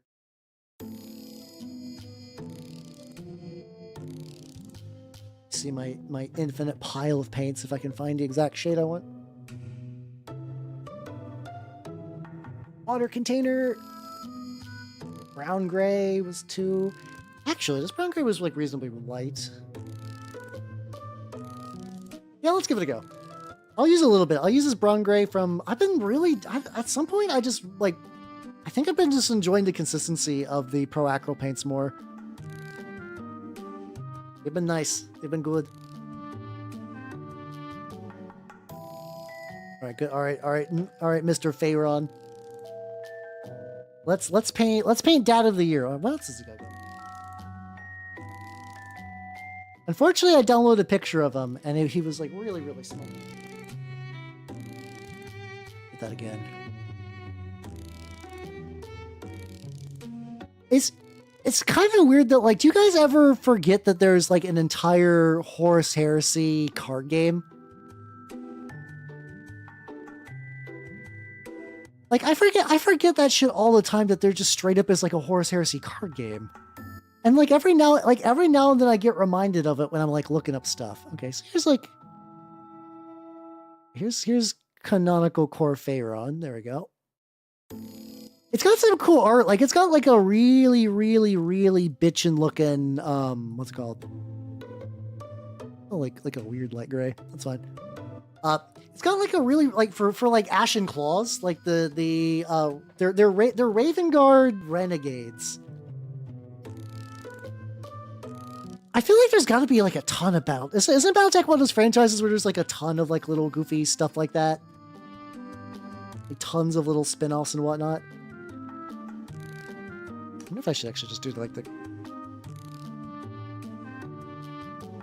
God, this is fucking with me, Dead Space. Wait a minute. Okay, never mind. For some reason I thought Corphayron... Wait a minute. Maybe this isn't Corphayron. So like... I'm looking at this, and like, so there's aspects that look similar. Like, he's got the same chest. The mouth is open, though.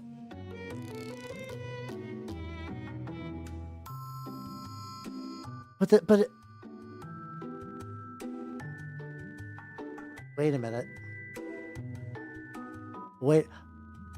Oh, wait a minute. Does Corphayron have multiple head sculpts? Oh, you know what? Oh no. I think I just realized something real fucked up. Hold on. I think I might have had a painful revelation. Hold on.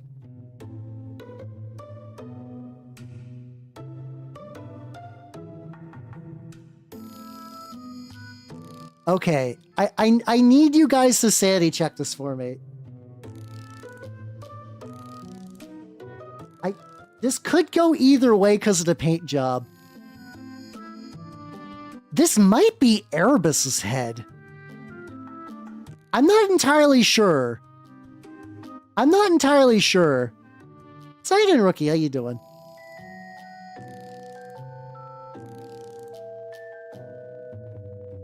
So okay, so here's what I'm talking about. So like Erebus, the boy everyone loves, Warhammer's bestest lad. Here's the thing. All right, let's do a little sleuthing. All right. So we got open mouth. This is gonna be a little blurry. We got open mouth. He has visible runes etched into his face. The paint jobs could... Oh no, this is... Guys, okay. I need a pointer. Okay. All right, here. This is gonna be the pointer. Do you guys see that little divot in Erebus's You see that little divot in Erebus's cheek? Let me like turbo zoom in maybe. It's good. This is gonna get really dark because he's got the same div.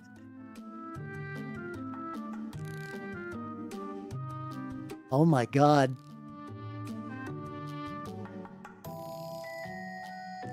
What the fuck is this model? Who? Oh, okay, let me zoom back out to normal because when you zoom in, it affects how light affects that. I need you all to understand the madness that is this mini that is before us. Somebody, okay, if this is a recast kit, that's still insane. Like, if this is a bootleg, that's still mad. But somebody bought $100 worth of Forge World models, cut off Corphaeron's head, used Erebus's head, and then replaced both arms. Wait a minute. Hold on. Oh, that's another thing I need to check. Let me. Oh no, hold on. I'm. Did any of the three, like... Okay, it's neither of those pauldrons or Erebus's. But that's still, like, a unique Wordbearer's pauldron. Somebody made... fucking Korgar Ferebus. And they didn't paint him.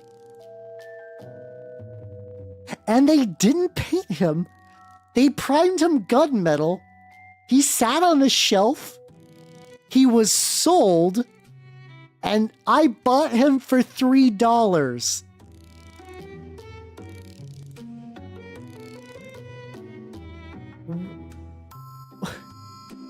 What a fucking journey this mini has been on. I was going to paint him as an afterthought tonight. He's getting his own stream, everybody. So, like, there's no problem.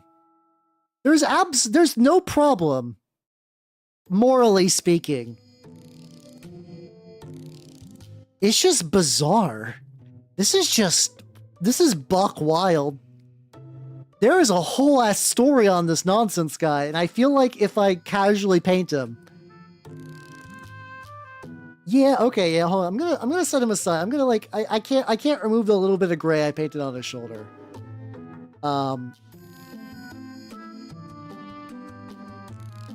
So guys, you remember when I was like, someday I would like to paint Erebus? The Dark Gods of Chaos were like, hey...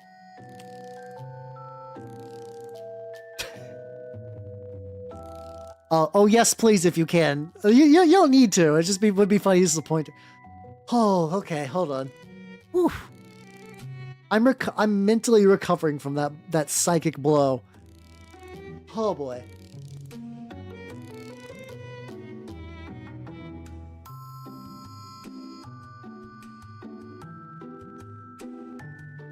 Well, I mean, he's got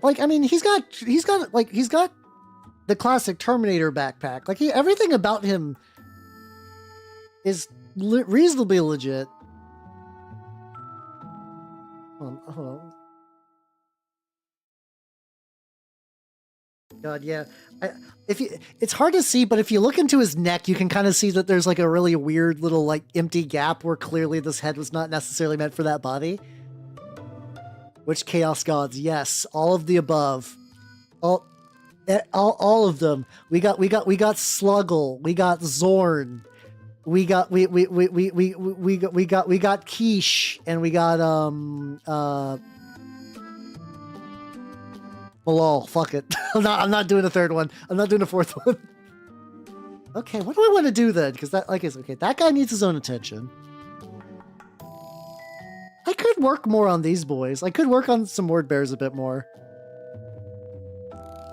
Had not meant for this body. Oh god, there's an F+ bit where they were reading a somebody on a forum complaining about how big their head was, and the person was just so upset about having a big head, and just like, I wish I was never born for like having a big old fucking noodle. Another mini I want to do. Like I said, I could do these guys. I'm not feeling them though. I'm not feeling them. What do I got? Oh, what do I got kicking around? Oh boy. Oh yeah, hold on. If I just need like the forever old faithful, I got my Sons of Horus lads. These guys are like a perfect cleanup set of minis. So last time you'll notice that I painted red guns on them. These guys, not all of them got the red guns. That was like specifically the newer squad I was painting that night. So there we go. I feel like I'm still zoomed in too much. Whatever. I'll pop out the medium distance.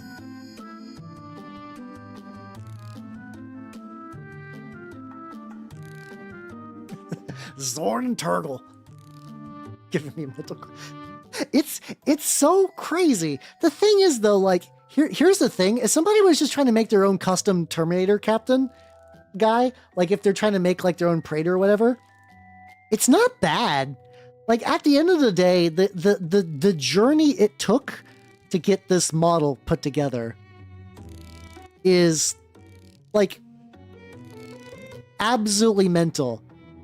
I don't think the end result's bad though. Like I picked him up not knowing he was necessary. I assumed initially when I picked him up that this is like some like old Forge World Terminator. I have technically Slanesh and Nurgle. I have like a unit. I have 10 Dusty Boys. Just Rubric Marines and like a Sorcerer. I got 10 of those. And I have like 6 Corn, like, no, I think I got 7 Corn Berserkers that were I just acquired them. Just through my years of living. But yeah, I have basically like 2 of the 4. A lot of Corn stuff doesn't super excite me. So like, this is what I'm talking about where it's like, I think Tzeentch is a cool chaos god. I find Thousand Suns very boring from a hobby standpoint. I don't think I think their lore is pretty cool. I think they're neat. I'm sure their characters are fun, but like in terms of like I want to paint a thing, you're basically painting a lot of very similar. Yeah, there is. Yeah, the fact that it's just one off. I wish I had exactly one more so I could have the full 8, but alas, it's just the funny irony of only having 7.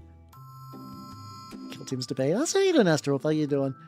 I have been thinking again about the possibility of open, like, I could open, I don't know. This is something I keep going back and forth on, and I don't know if I should just like fucking rip off the Band-Aid and just open a PO box for people sending model shit. Because I do see other people do that, and it does seem fun. I know, I know Miscast Trent has like an open PO box, and people just send him shit whenever. So like that could be fun. That could be neat. You know, the Howl's Home for Wayward Toys, I guess. But like, the tricky thing is it would need to be used enough to be like, unironically need to be used enough to be worthwhile. Like those things are surprisingly more expensive than I thought. You know, I mean, here's the thing. As much as I'm like, it'd be fun to pick up minis, it's a practice thing. Like, it's not as old model. Oh, it's a 10 years. Okay. Okay. Oh, that's good. Just call your brother, just be like, bro, what the fuck? It's like, huh? So I'm watching this anime elf on the internet, and I need to make sure that he's not painting your model. that is one fear. So like it's not impossible that someday I'll paint a model and somebody like, oh yeah, I know what shop you bought that from. Like that might happen someday. I don't know. We'll find. Well, like that bridge has not been crossed yet. It's distinctly possible though. But yeah, I mean, here's the thing though. Like I said. Yeah. The that's what I figured. Ereba's head. I have the Terminator kit that I just have not actually bothered to look into. I think there is a unique Terminator pauldron mixed in there, but yeah, no, those feel very Terminator like accursed weapon and then Stormbolter. That makes sense. Still buck wild though, you know. What's your bro's reaction to the kit bash? Like what's he thinking with that? Is he like, what the fuck? But here's the thing. I have been painting for quite a while. Let's ignore the fact that let's ignore the fact that like I painted and I did like War Machine stuff years ago. I've been streaming painting for like 6 years. This is not like a discouraging thing. I'm just saying that like I wasn't born good at this. I think you could definitely be better than you're giving yourself credit for. I think you could paint up your lads, and you can always strip paint from lads, and like Lord knows that loose ultramarines out in this world are like a dime a dozen. So like if you need to pick up some more lads for just painting without even stripping, you could totally do that. You'll be fine. I would not necessarily be like, I will never paint as good as you. You should have my models. I don't think you deserve that. I don't think you as a person deserve that mindset. I think you can sit down and paint and, you know, practice and, you know, we're living in a golden age for tutorials too. It's never been a better time to be a mini painter, especially a new one, for sure. You laughed. Hey, let's go. Also, hell yeah, cool, bro. Who does word bearers bullshit? Hell yeah. Let's go. Yeah, have confidence. Exactly. Yeah, exactly. And then I also want to go back to a point I iterated like another stream ago. As somebody who regularly paints and plays at a store, I need you to know that people who actually play games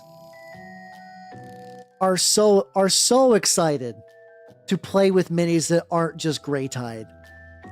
Hey, let's go. See, so you can play games there. I don't know how to do here's the thing. I'm already slow on painting my own models. I don't think I could do commissions. Like I'm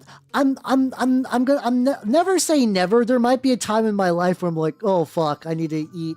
And like maybe I could maybe swallow my pride. That's not even a pride thing. It's mostly just like more like wrangle my work ethic. Like I want to get the new Howl rigged. And if maybe that's what I got to do. Maybe I just need to what's it called? Maybe I just need to take some painting commissions to pay for those. Maybe that's the thing that I just need to do. Once again, though, I got to figure out how to like do that discreetly. I guess it could be a thing. I guess it could be a thing where it's like, I know some people who do this kind of stuff. They're like, okay, if I'm doing a commission, I buy the models and I buy the mini and I already have the paints, and I only send you to finished models. It's not like you ship me a model, I ship it back. I could too. Maybe that could also be a thing. Maybe I could talk to Squid and be like, yo, if I mailed to you, no, you will never see my bare feet. I'm sorry, that's not happening. You get VTuber feet. You do not get RTX feet. You know. You will never get RTX feet. I don't think you'd want that anyway. But yeah, maybe that's what I gotta do. Is I could be like, hey Squids, if I ship you this mini, and then like what's it called? I ship you this. That's the thing that I don't know. Like here's my thought process. If like. Okay, here's an interesting thought. This is not exactly an accurate comparison because this guy has like a very unique style. But I want to show you something, and this is ostensibly minis people pay for.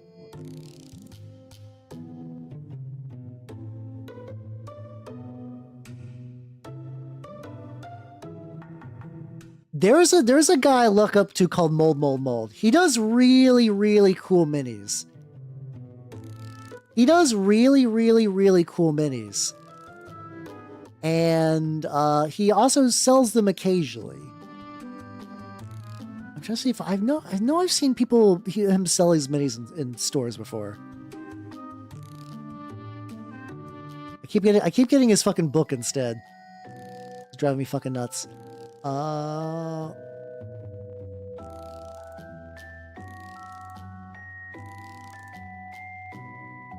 Let's see.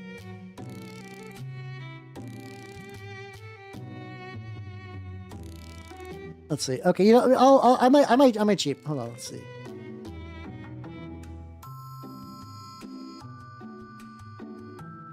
Okay, hold on. All right.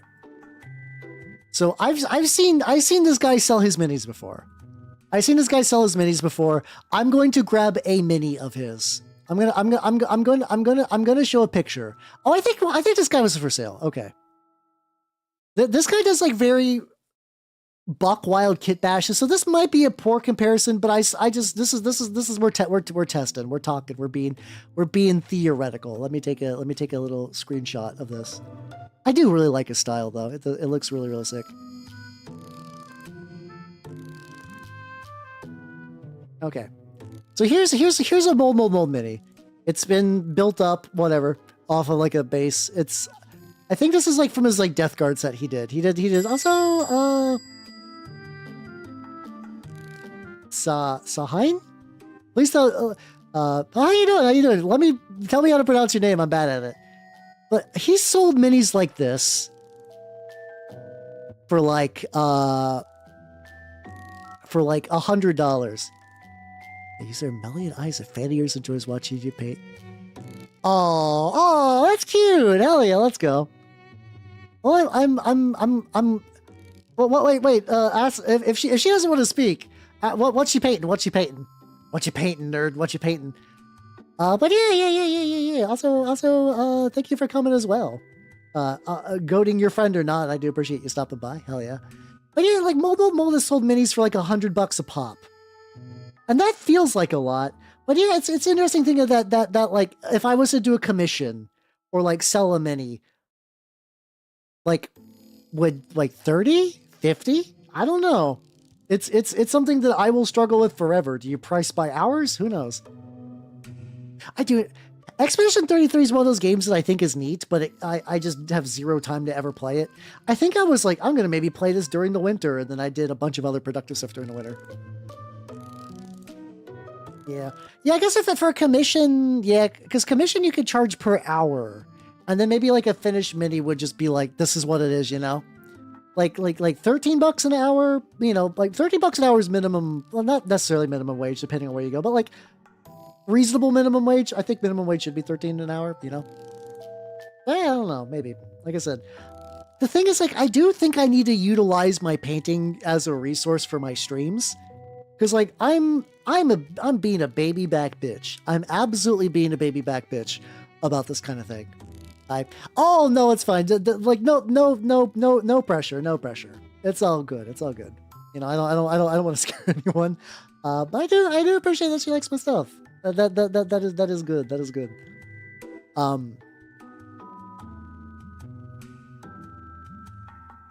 Yeah, tabletop warriors. Yeah, that probably work. I also could look around a bit. Like that could be a thing maybe of like, you know, sell some minis that are just like, this is what it's like. Like, this is the mini you're buying, you know exactly what you're getting. And then the other option is like a commission maybe.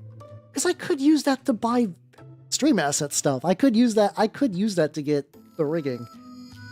And like I don't think I want to do this kind of thing all the time.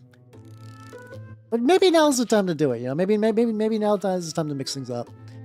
Also, call it Animal Folk Fighter likes Doritos a chip. Oh my, fuck off. Fuck off, go to bed, nerd. Have a good night, Jay. Take it easy. Hold on, let me hit that cringe button for you. There we go. Now you can rest. Now you can rest. But yeah. Yeah, maybe I could do that. Maybe I could dip my toes maybe into some pre-painted stuff. and then maybe from there kind of go and do maybe some commission work. What I am trying to do this year is I am trying new things, and I think I've always been like real like, oh whoa, I can't do this kind of stuff. I don't think I'm built for it. But maybe I gotta stop being a coward. Maybe this kind of thinking is holding me back, you know? I gotta mix some shit up. I'm trying to make 2020, because like I don't think 2025 was bad. I have oh fuck yeah, let's go. I seen some of the Sylvaneth models are really legit. I'm surprising no one. I like the horrible elf tree mutant version of their stuff, like branch witches. I think the one where it's like the little tree with like the horrid dryad creature coming out of it. Cool army though, cool army. Can't afford it. Didn't cost them 30. Yeah, that's true. That's true. The negotiations of God, it's another layer I gotta think about. Like I said, I'll think about it. I'll think about it. I do also think maybe for the 6th year, and then also what's it called? The 6th year, and then also the like. I think I'm looking to maybe celebrate the 6th year and my birthday at the same time, just because like passage of time and stuff like that. Maybe I could figure out how to do like a subathon thing then. Cause I got a couple ideas for that. A couple ideas that aren't just me playing Tau Fire Warrior as a punishment. I do think that I don't know why my brain still is like, yes, the most punishing game of all time, Tau Fire Warrior, not like Superman 64. So it's not been a continuous thing. I initially started back in 2011 when I used to play War Machine at my local area. Probably did that for like, I want to say like maybe a year or two. And then, oh God, no, that's too cheap. I'll fucking explode. I'll die. I did that for a couple years, and then like I moved, and like the scene, War Machine also as a game just kind of died out. Like they had like a bad edition change, and they lost a lot of the player base. So I came back into mini painting in 2019 as just like I just found that there was a Warhammer store near me and got back into it, and then I like painting, so I've been getting back. I've been doing that, and then I have been painting. I became a VTuber to be more consistent with my mini painting, which is a really funny thing because other VTubers are like, "Yeah, I want to make it big," or like, "Oh, I want to be an idol," and I'm like, "I want to paint backlog," but like it worked. My backlog has gotten pretty heavily painted, mind you.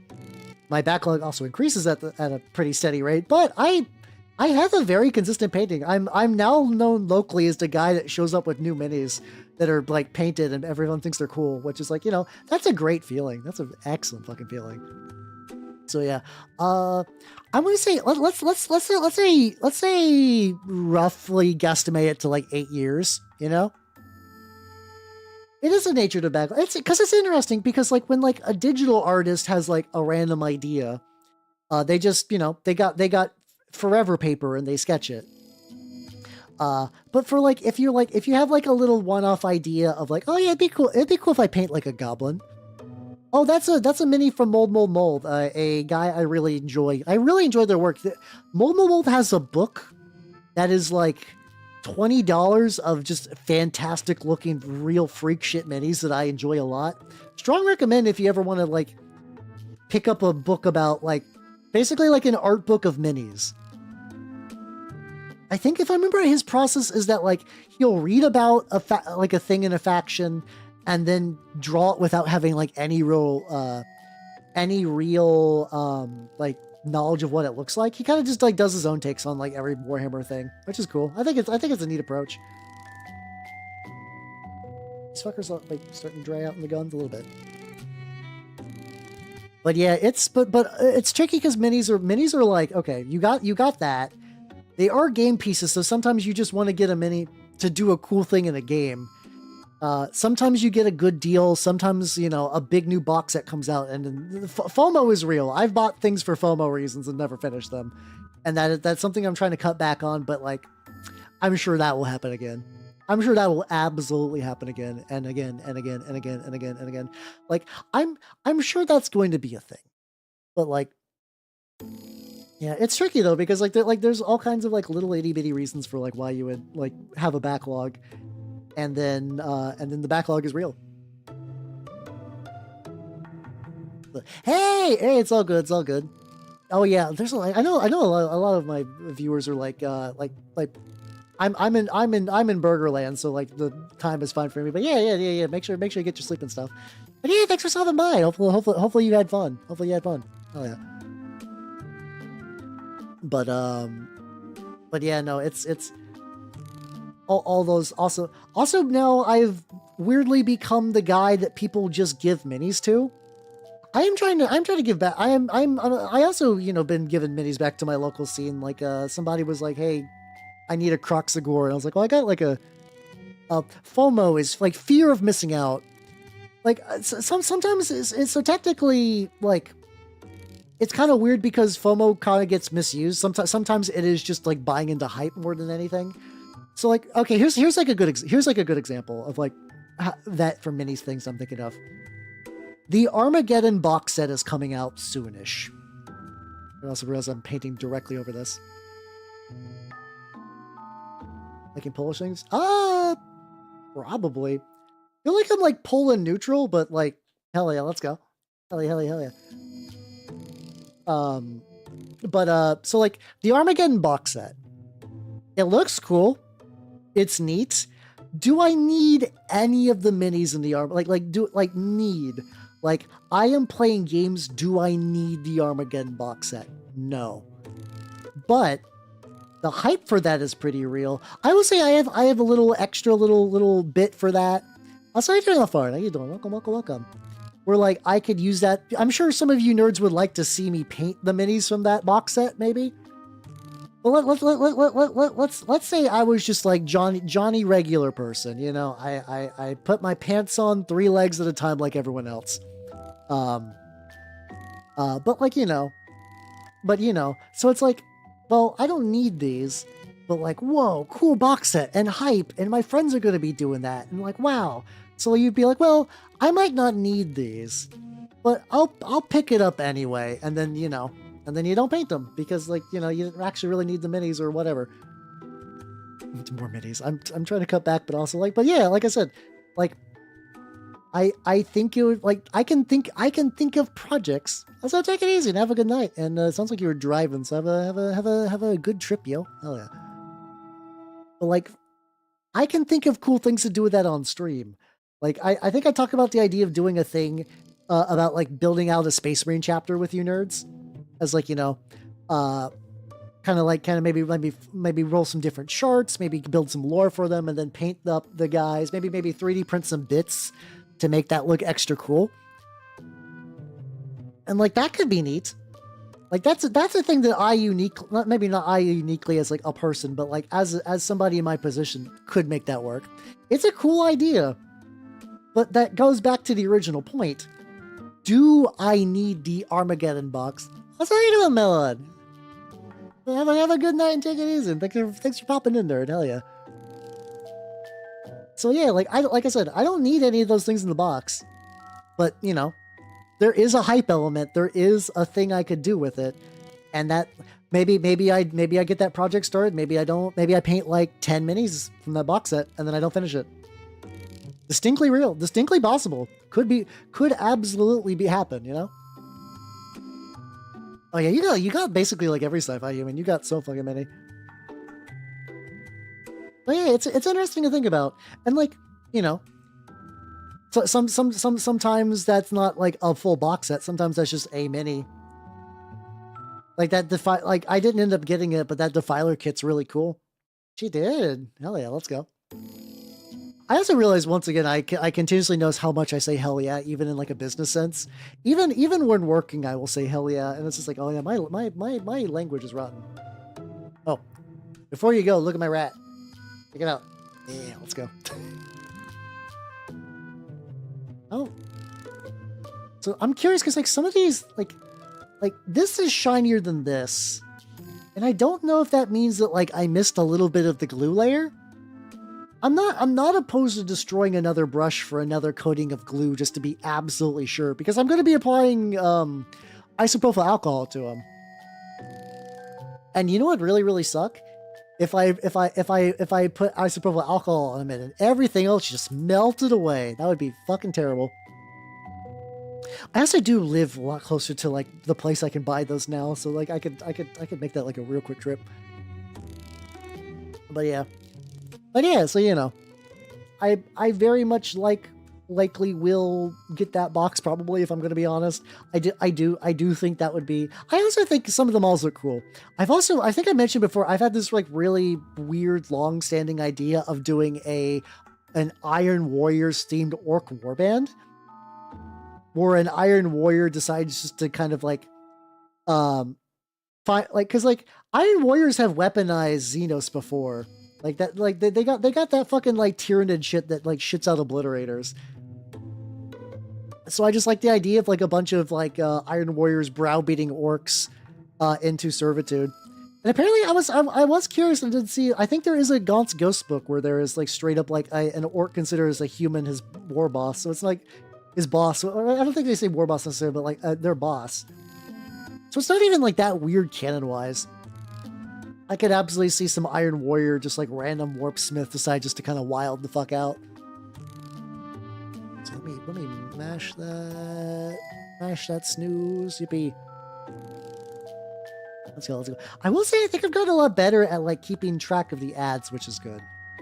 I've gotten way better at keeping track of the ads, which is good, because I used to just get like absolutely blindsided by them and be like, oh. So how you doing, Lunar Wind? How you doing? Here we go. Like I'm trying to think, cause like he needs to have like a real orky name. That would be funny if they think that they are fighting. Yeah, if they're fighting under war boss Peter Turbo. Actually, no, that would be great. Yeah, they're like, okay, they're like the big boss is Peter Turbo. And then like the local boss is just like, I was thinking it would be really fun just to find like take like Grazkul's mini. Cause you know how like Grazkul's mini is like mostly armor anyway. Like Grazkul is not very, like, you know, there's orc in there, but there's a lot of armor. Just like take Grazkul's armor, like cut out the orc head, and then like put some like Iron Warrior gubbins on there. And like, yeah, that would work. I think that would be legit. But that would be part B to that box. Part A would be the making a Space Marine chapter with all you nerds. That would be the side course. There we go. All right, well, we got 2 layers of red paint on all those guns, so that's, you know, productive day. Very, very productive paint. Let's go to the chatting screen. Ooh, wow. All right, thank you nerds for coming. I had a lot of fun.